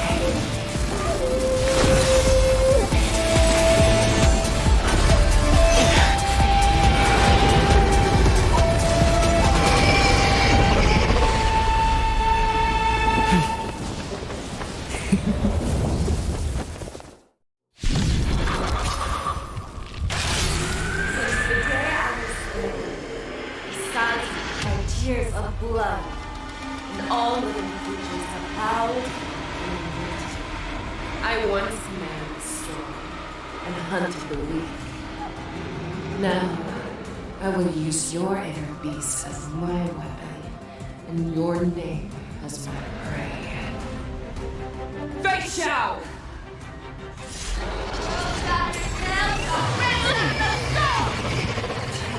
Disguises and show you how cowardly and powerless you truly are, Hule! A wolf lurks in the heart of every Borson and Foxian. The moment you grow weak, it will devour you. I'm the host of slaughter! Watch your head. Sure, I'll play along. Spend freely. The dice have been cast. Bust. Or maybe I'll take it all. Go Nubby! The market is unpredictable. Right! Investing in victory means playing the long game! Make your move, Hule. I swear to be Forever triumphant! Victory is inevitable! That won't do. Watch your head. Grow complacent, and your life will be stolen. Fight to the death, and you shall live forever!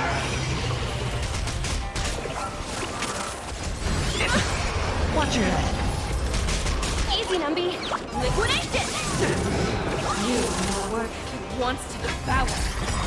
It will first have to beg for my mercy!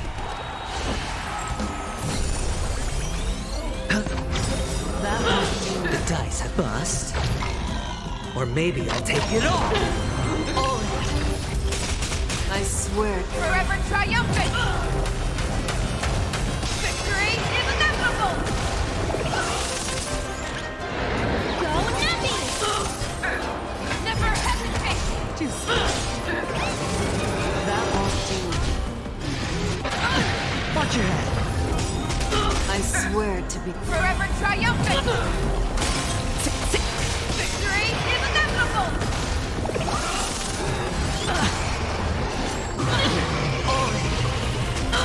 I hit the mark.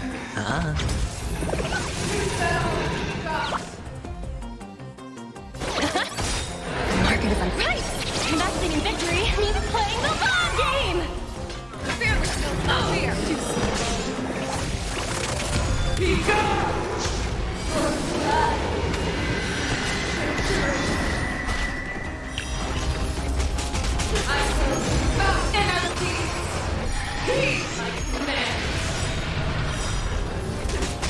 The dice have been kept bust.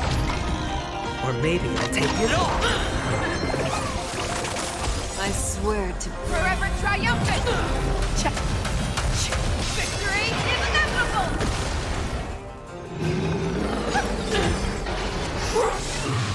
Your own strength!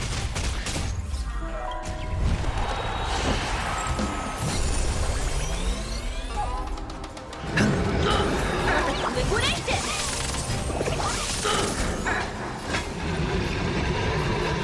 Never hesitate! To devour the heavens and to envelop the earth!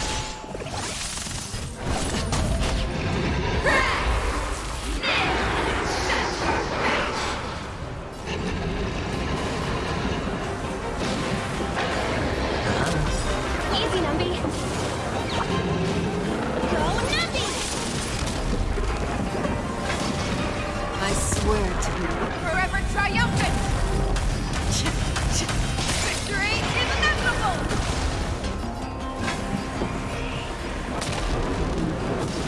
Fearless knows not fear! that won't do.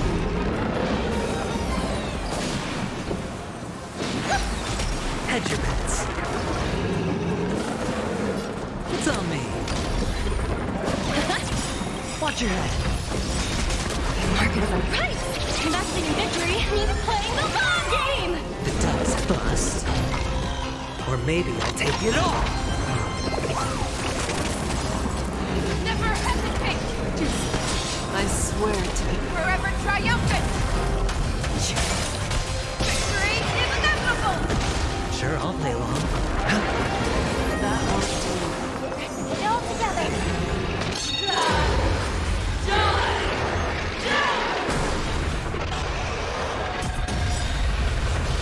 All in.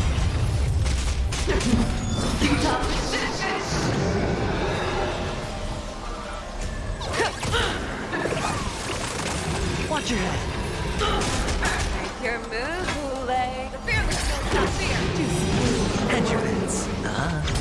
that won't do. Night. Doors echo! No more time! Let the value of liquidation! Here!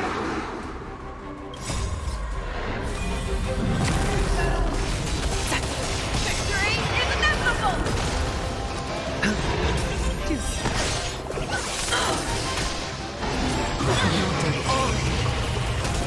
The dice bust. Or maybe I'll take it all. Watch your head. Our little hunting game ends here. I swear. Mighty light of the heavens, wolf in my heart, come to me. We shall conquer as one. Victory is inevitable!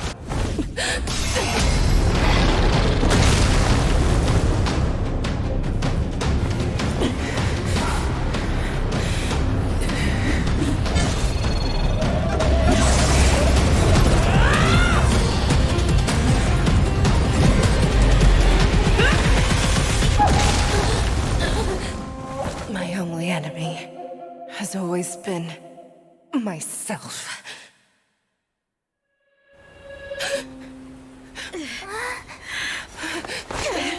General. General, you're awake.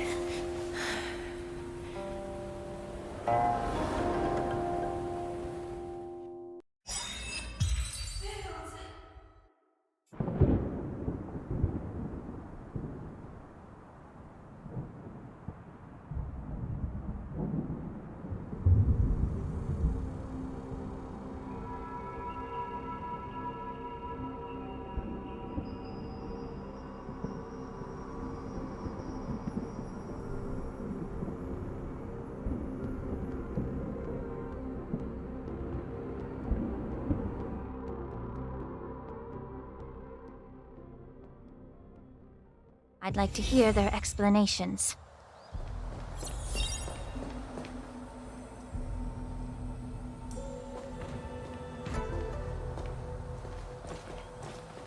Welcome, Miss Lingsha.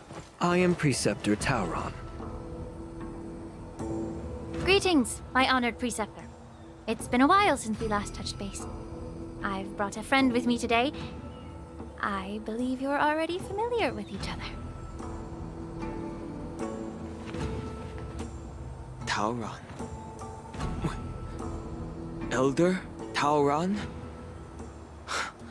I remember when I was exiled, you were on the verge of passing on. What's with this new look?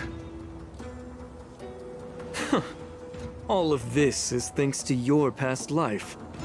Had you not been so rash, I wouldn't have had to walk such a dangerous road to free our clan, becoming this specter of my former self.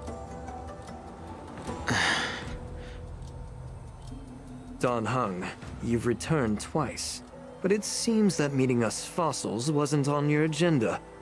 Regrettable indeed. Now here you are to meet me anyway. Life does love its ironies, doesn't it? I didn't come here with Miss Lingsha today to reminisce. Indeed. When the Cauldron Master extends an invitation, it's only proper for the Preceptors to attend. As the newly appointed Cauldron Master, there's been much to take care of within the Alchemy Commission. It's only now that I've had the chance to speak with you. Please forgive the delay, Elder. I sent over some evidence regarding the prison break in the Shackling Prison. I trust you've already looked it over. Yes. You sent us the remains of Mara-struck soldiers, a map of the Shackling Prison, and a semblance reversion essence pill. These are the remains of assassins who used Cloud Hymn magic to conceal their tracks. They aided in the Borison's escape, allowing them unimpeded passage through the Shackling Prison. That marked-up map is a map of prisoners' escape routes. Vidyadhara craftsmen once made blueprints for the prison's construction, so I imagine, Mr. Tauron, you have a similar map in your possession. This pill is semblance reversion essence. Indeed. I helped plot the prison break in the Shackling Prison.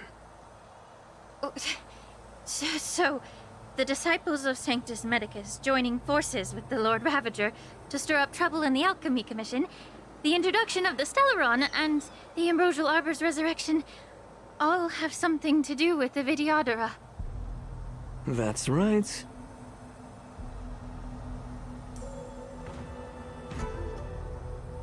You were sent here by the General to hear my confession, weren't you? If there's even a shred of empathy in you, you should understand the reasons behind everything I've done. Ever since the sedition of Imbibitor Lunae, the population of the Vidyadhara has dwindled.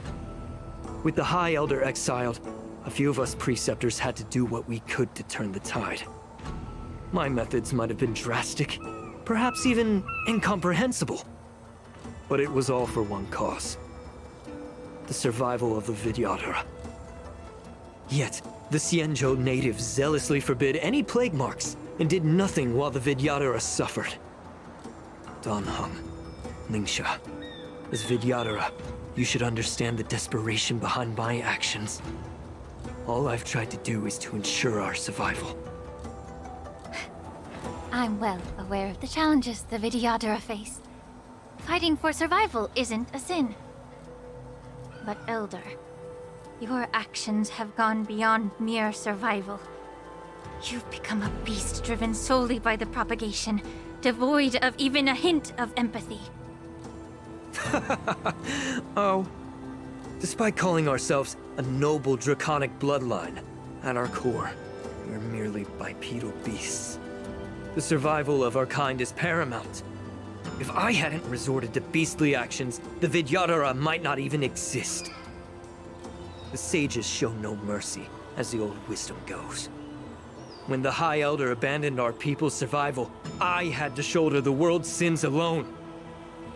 Lingsha, Dan Heng, the past is behind us, but the future of the Vidyadhara still lies within your grasp. The situation on the Xianzhou Luofu has changed rapidly. As Vidyadhara, We must unite in purpose and avoid the mistakes of the previous Imbibitor Lunae. I was initially skeptical about the Vidyadra's betrayal of the Alliance. But after hearing your confession, I realized that there is no point in talking about trust. Breaking the covenant of our alliance will bring war upon the Vidyadhara. Even if we are able to have offspring again, what difference will it make? Once my plan succeeds, the Alliance will see the Vidyadhara as their saviors, because both parties ultimately share the same interests. So now that survival won't convince us, you want to talk about interests? For 1,000 years, the Alliance has been engaged in brutal warfare against the denizens of abundance. Yet victory has remained beyond reach. Have you ever wondered why? Should the Alliance emerge victorious, they will inevitably become the next denizens of abundance. However, if they suffer defeat, the Alliance will face extinction. Thus, the Alliance has deceitfully upheld this precarious balance. However, I have a way to escape from this dilemma. The Alliance's path to salvation lies within the secret of dragon transmutation. Imagine if there were a way to transform other life forms into Vidyadhara. The Alliance would then possess an endless stream of soldiers and would not need to worry about casualties. Once the war ended, these soldiers would cease reproduction, eliminating concerns of overpopulation. This is the way to salvation for the Xianzhou Alliance. The ultimate path to end the universe's suffering under the immortality plague. Only we, the Vidyadhara, can achieve this. So, you relied on this rhetoric to manipulate the ignorant members of the Vidyadhara into serving you. I am deeply disappointed in you, Elder. Your thoughts and intentions are completely devoid of empathy. Cloud Knights! Hold it!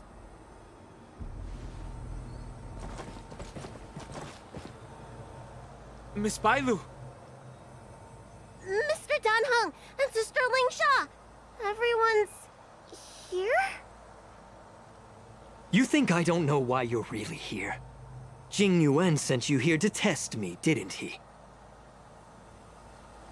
According to the oath between the Alliance and the Vidyadhara, it's forbidden to spill Vidyadhara blood on their own territory. Are you all ready to violate this oath in the presence of the Luofu's High Elder? Dragon Lady, there's no need to panic. Elder, the Vidyadhara's sacred grounds and the High Elder are not to be used as pawns in exchange for your life. You talk a big game. As if you have the nation and the people's best interests at heart. But when it really matters, you use a small girl as your shield. It's ridiculously pitiful. I've said it before. Survival is never a sin. We are all Vidyadhara, so you should understand my intentions. And as a Vidyadhara, I will leave for you a dignified solution. Leave the Scale Gorge waterscape immediately, and appeal to the top echelons of the Alliance. Let the 6 charioteers hold a trial, and sentence me to exuviation and rebirth. I see right through your plans, Mr. Taoran. Vidyadhara Rebirth erases past crimes, but I'm well aware of the Preceptor's dirty tricks during Rebirth. You might not be you, but you will still be you. I won't forgive myself for past sins under the pretext of knowing nothing, nor will I allow you to evade accountability. Dan Heng, I've always disliked your inability to see the bigger picture. Rebirth hasn't changed you one bit. Miss Bailu, as High Elder of the Luofu Vidyadhara, please share your thoughts at this moment. I here. I'm tired of being pushed around. I'm not some puppet to be controlled. Please, take me away with you. I understand. As the oath dictates, members of the Alliance are forbidden from harming Vidyadhara here. But I've long since severed ties with the Alliance. Right now, I'm simply a nameless, free to come and go as I please. The oath of the Xianzhou means nothing to the spear in my hand.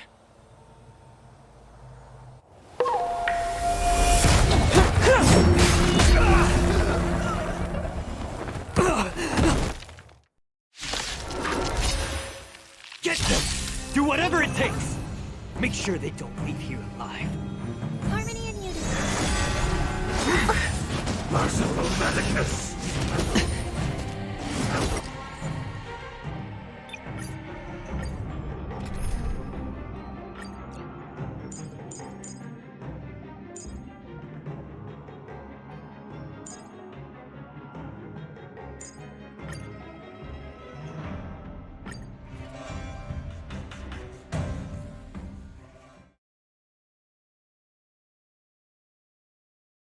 Get them! Do whatever it takes! Make sure they don't leave here alive. Mortality means forever. Join the battle. Enjoying yourself? May the foul stench dissipate quickly. Time to cleanse the filth.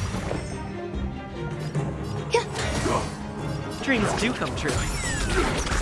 Attack to take secret of mistake.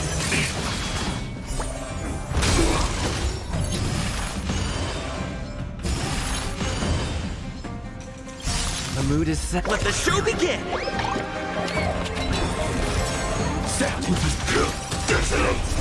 Until everything burns to ashes! Fight to live! Set the seas ablaze!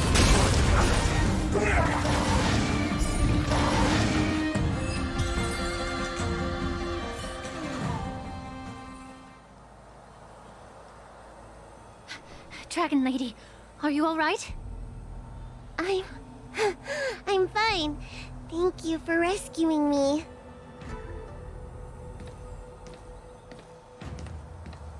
You actually came here in person?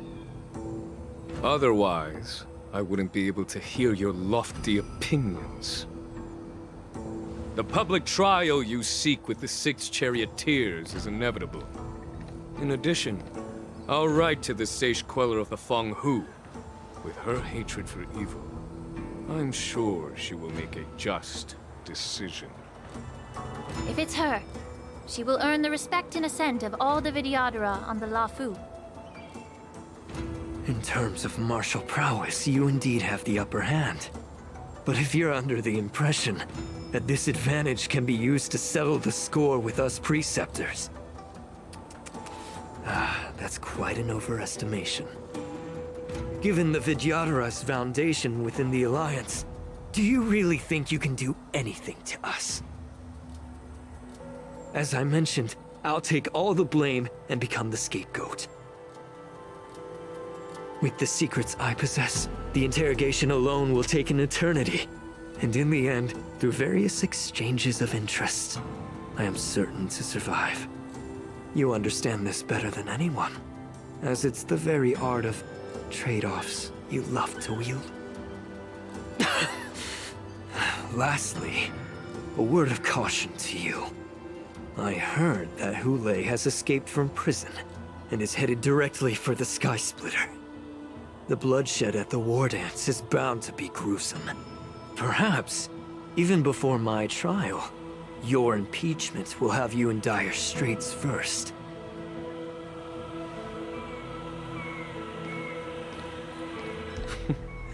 Regrettably, Mr. Taoran, the Sky Splitter only hosted Cloud Knights today. No audience. And just moments ago, Hule was executed by the Cloud Knights.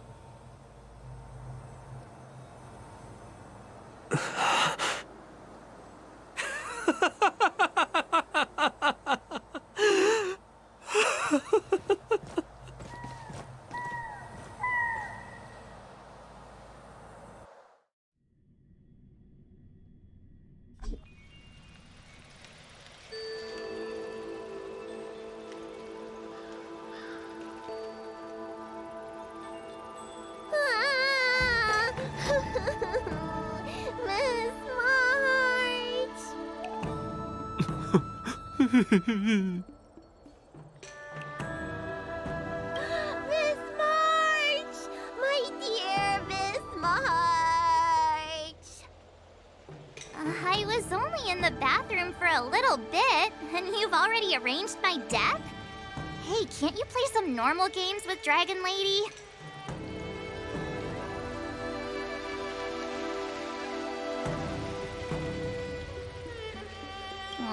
Thanks a lot for that. All right, enough playing. It's time to visit my masters. The infirmary is right over there. You can go by yourselves. Oh, come back and visit me when you have time. Next time, let's not play overly realistic make-believe with this doofus, okay? Well, there's not much I could do. General Fei Xiao didn't really give me any chance to shine during this wolf hunt operation. If I had been in the ring, I could have knocked down 10 Hulays with just one strike. You sound exactly like Master Yenqing. But for now, both he and Yun Li have been forced to go to the Alchemy Commission for some well-needed rest. I'm the least accomplished in swordplay, but I came out unscathed. I really ought to thank my masters for taking all the blows on my behalf.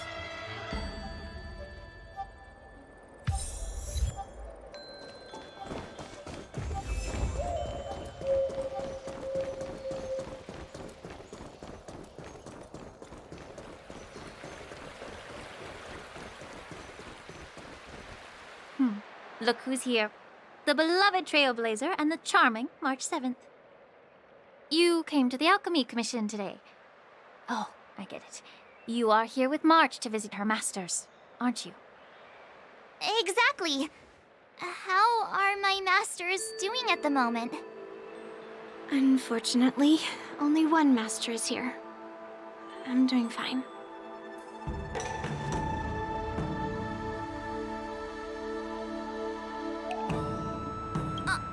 Hey, watch your words! Don't you jinx my master! His injuries weren't that severe. But, well, he'll still need some more time to rest. Considering the intense battle with Hulei, and then with General Fei Xiao, the rigorous sparring session with her. His small body couldn't take it anymore. Master Yun Li, didn't you also engage in combat? The little babies from the Luofu just don't have the resilience that us kids from the Zhuming have. I heard from Moza about the tough battle against the wolf troopers. You fought alongside Moza. Did you get hurt?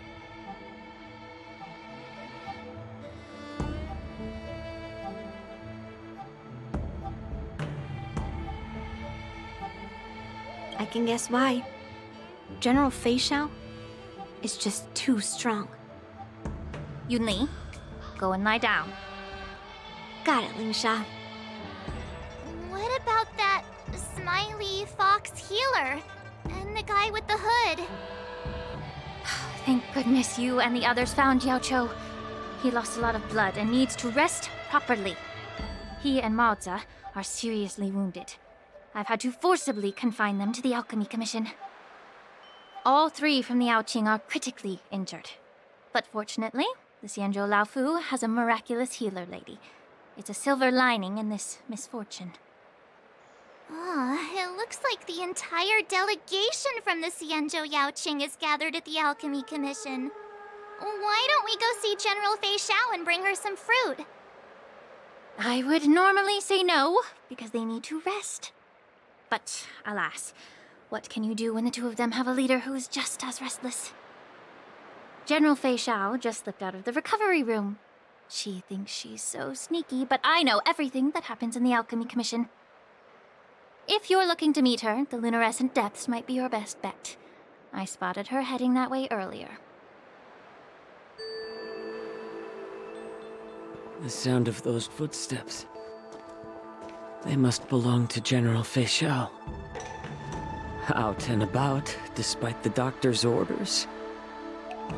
What a coincidence. Someone else who refuses to listen to the doctor's orders. Well, being a doctor myself, I don't think my knowledge of my own body is inferior to the Dragon Lady's. The healer does not heal himself. Don't try to act tough in front of me. I'm sorry, Zhao Cho. I didn't expect you to use poison that way. What a miscalculation. If only I'd found you sooner. If only I hadn't sent you to the shackling prison. The way you're speaking, is this really the Fei Xiao I know? Or could it be a Borisin assassin, imitating your voice to take my life?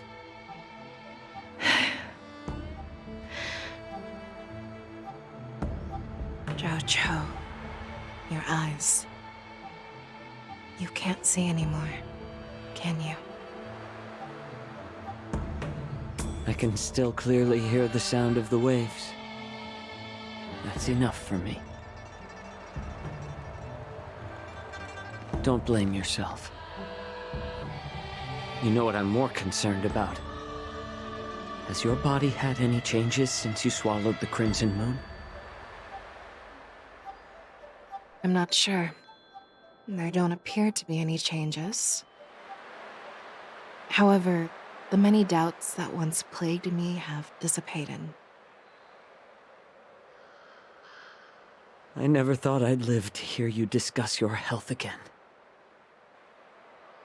But thanks to Morza and that child, the price I've paid seems trivial compared to what we've achieved. I hold no grievances, Fei Xiao. I am content.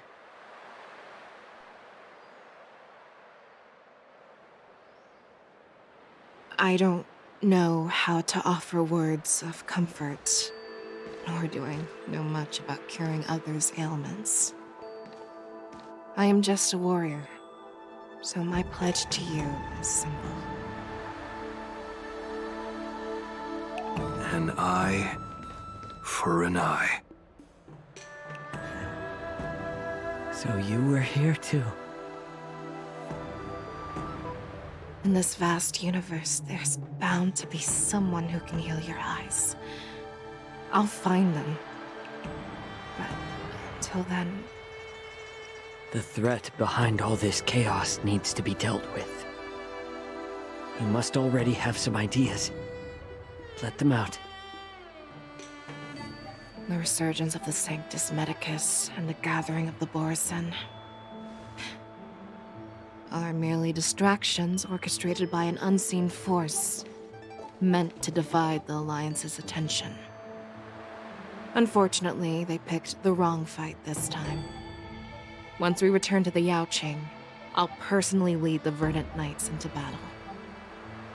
I vow to take down a Lord Ravager and teach the Ruined Legion the true meaning of the hunt.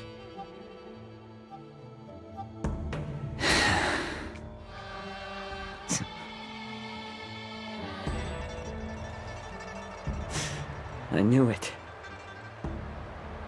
You've always been so impatient.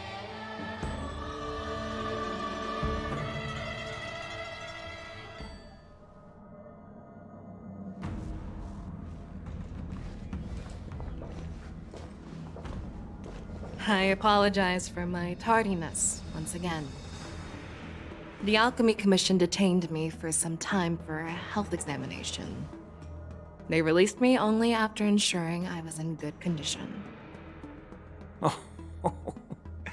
General, seeing you safe and sound puts our minds at ease. Hulei's escape caused significant upheaval and forced the war dance to be put on hold. A truly unforeseen disaster. Fortunately, the younger generation showed their valor. They bravely tackled the crisis, putting an end to the disaster and providing a glimmer of hope in a dire situation. Before Master Diviner Fu Xuan's departure for the Yutre, I consulted with her about the war dance. She left a note stating, "The hexagram oscillates between thunder and heaven, a sign of great power," assuring us that we would successfully navigate any challenges. She advised me to trust the younger generation's abilities and let them lead. Her predictions, it appears, have come true. It's just... the Xianzhou Luofu's long-standing duty of keeping Hule imprisoned ended with his death on the Sky Splitter. This event is likely to bring much criticism from the Alliance's upper ranks. However, Hule's demise might actually be a blessing in disguise. Broadcasting this news could derail the Borison's resurgence and quash the ambitions of those who wish to take advantage of his return. Hand over Hule's remains to the Xianzhou Yaoqing, and I'll handle the explanations to the Alliance. But what about the war dance? While the Wolf Hunt mission was a success, the events on the Sky Splitter remain a secret. However, the news of the Borison's attacks on the streets will spread like wildfire. The war dance was interrupted, so it must be reconvened. As for the people who witnessed the attacks, beyond placating them, we also need to show them the Xianzhou Cloud Knight's fearless dedication. On the war dance's opening day, rogue Borison attempted to stir up panic, but was swiftly neutralized by the Merlin's Claw and the Cloud Knights.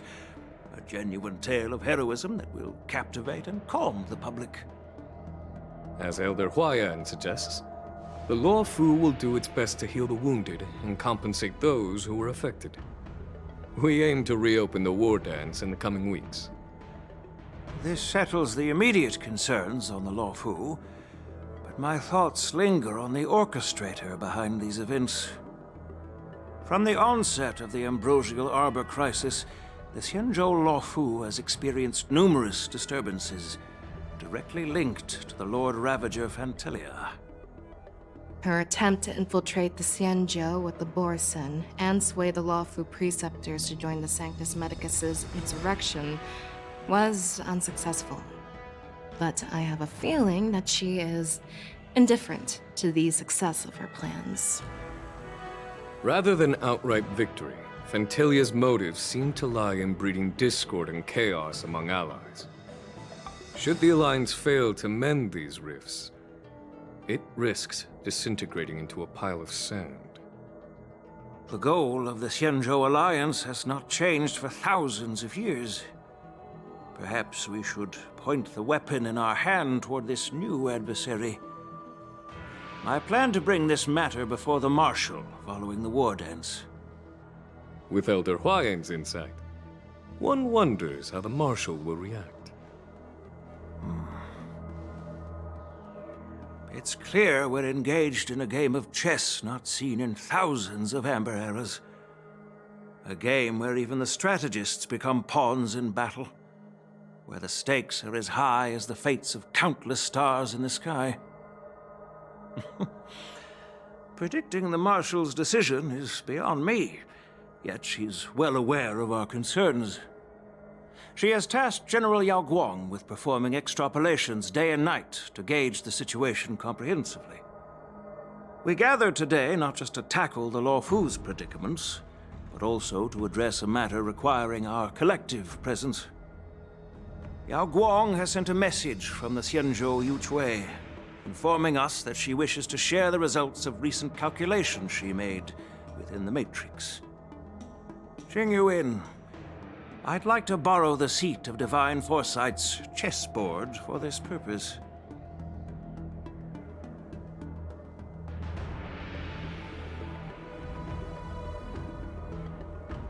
Hello, everyone. It's been a long time. Over 3 decades have passed since we last convened. I've dearly missed each of you generals during this time. Was the Seer strategist thinking of us, or thinking of the fates we're destined for? The Merlin's Claw. As blunt as always. Though, not everyone's cup of tea, huh? You once told Jing Yuan, "You're lucky that I'm the one who came this time. If it were the Seer strategist, this conversation might not be so friendly." I'm intrigued. Did the conversation really come to pass? I've never heard anyone mention that the Decalite reflection barrier could eavesdrop on even the quietest whispers. It appears that the Marshal sent not just 2 generals to the Luofu, but an uninvited 3rd guest as well. People have been saying that Mr. Jing Yuan's intellect shines as brightly as the seer strategists. With the Luofu caught in such strife, the Yuchwei couldn't just stand by and watch. Seer strategist, our time with the Yellow Bell is limited. Let's get straight to the point. Alright. Thanks to Mr. Jing Yuan, the interrogation of the 2 prisoners on the Yuchwei has concluded. Mr. Jing Yuan's speculations were correct. Of the crimes they confessed to, planting a Stellaron on the Luofu was a complete fabrication meant to mislead. Their real aim was to secure a meeting with the Marshal to present their Godslayer protocol, a strategy they firmly believe in. And what was this grand strategy proposed by Jing Liu and that traveler? The narrative they painted was vast and difficult to put into words.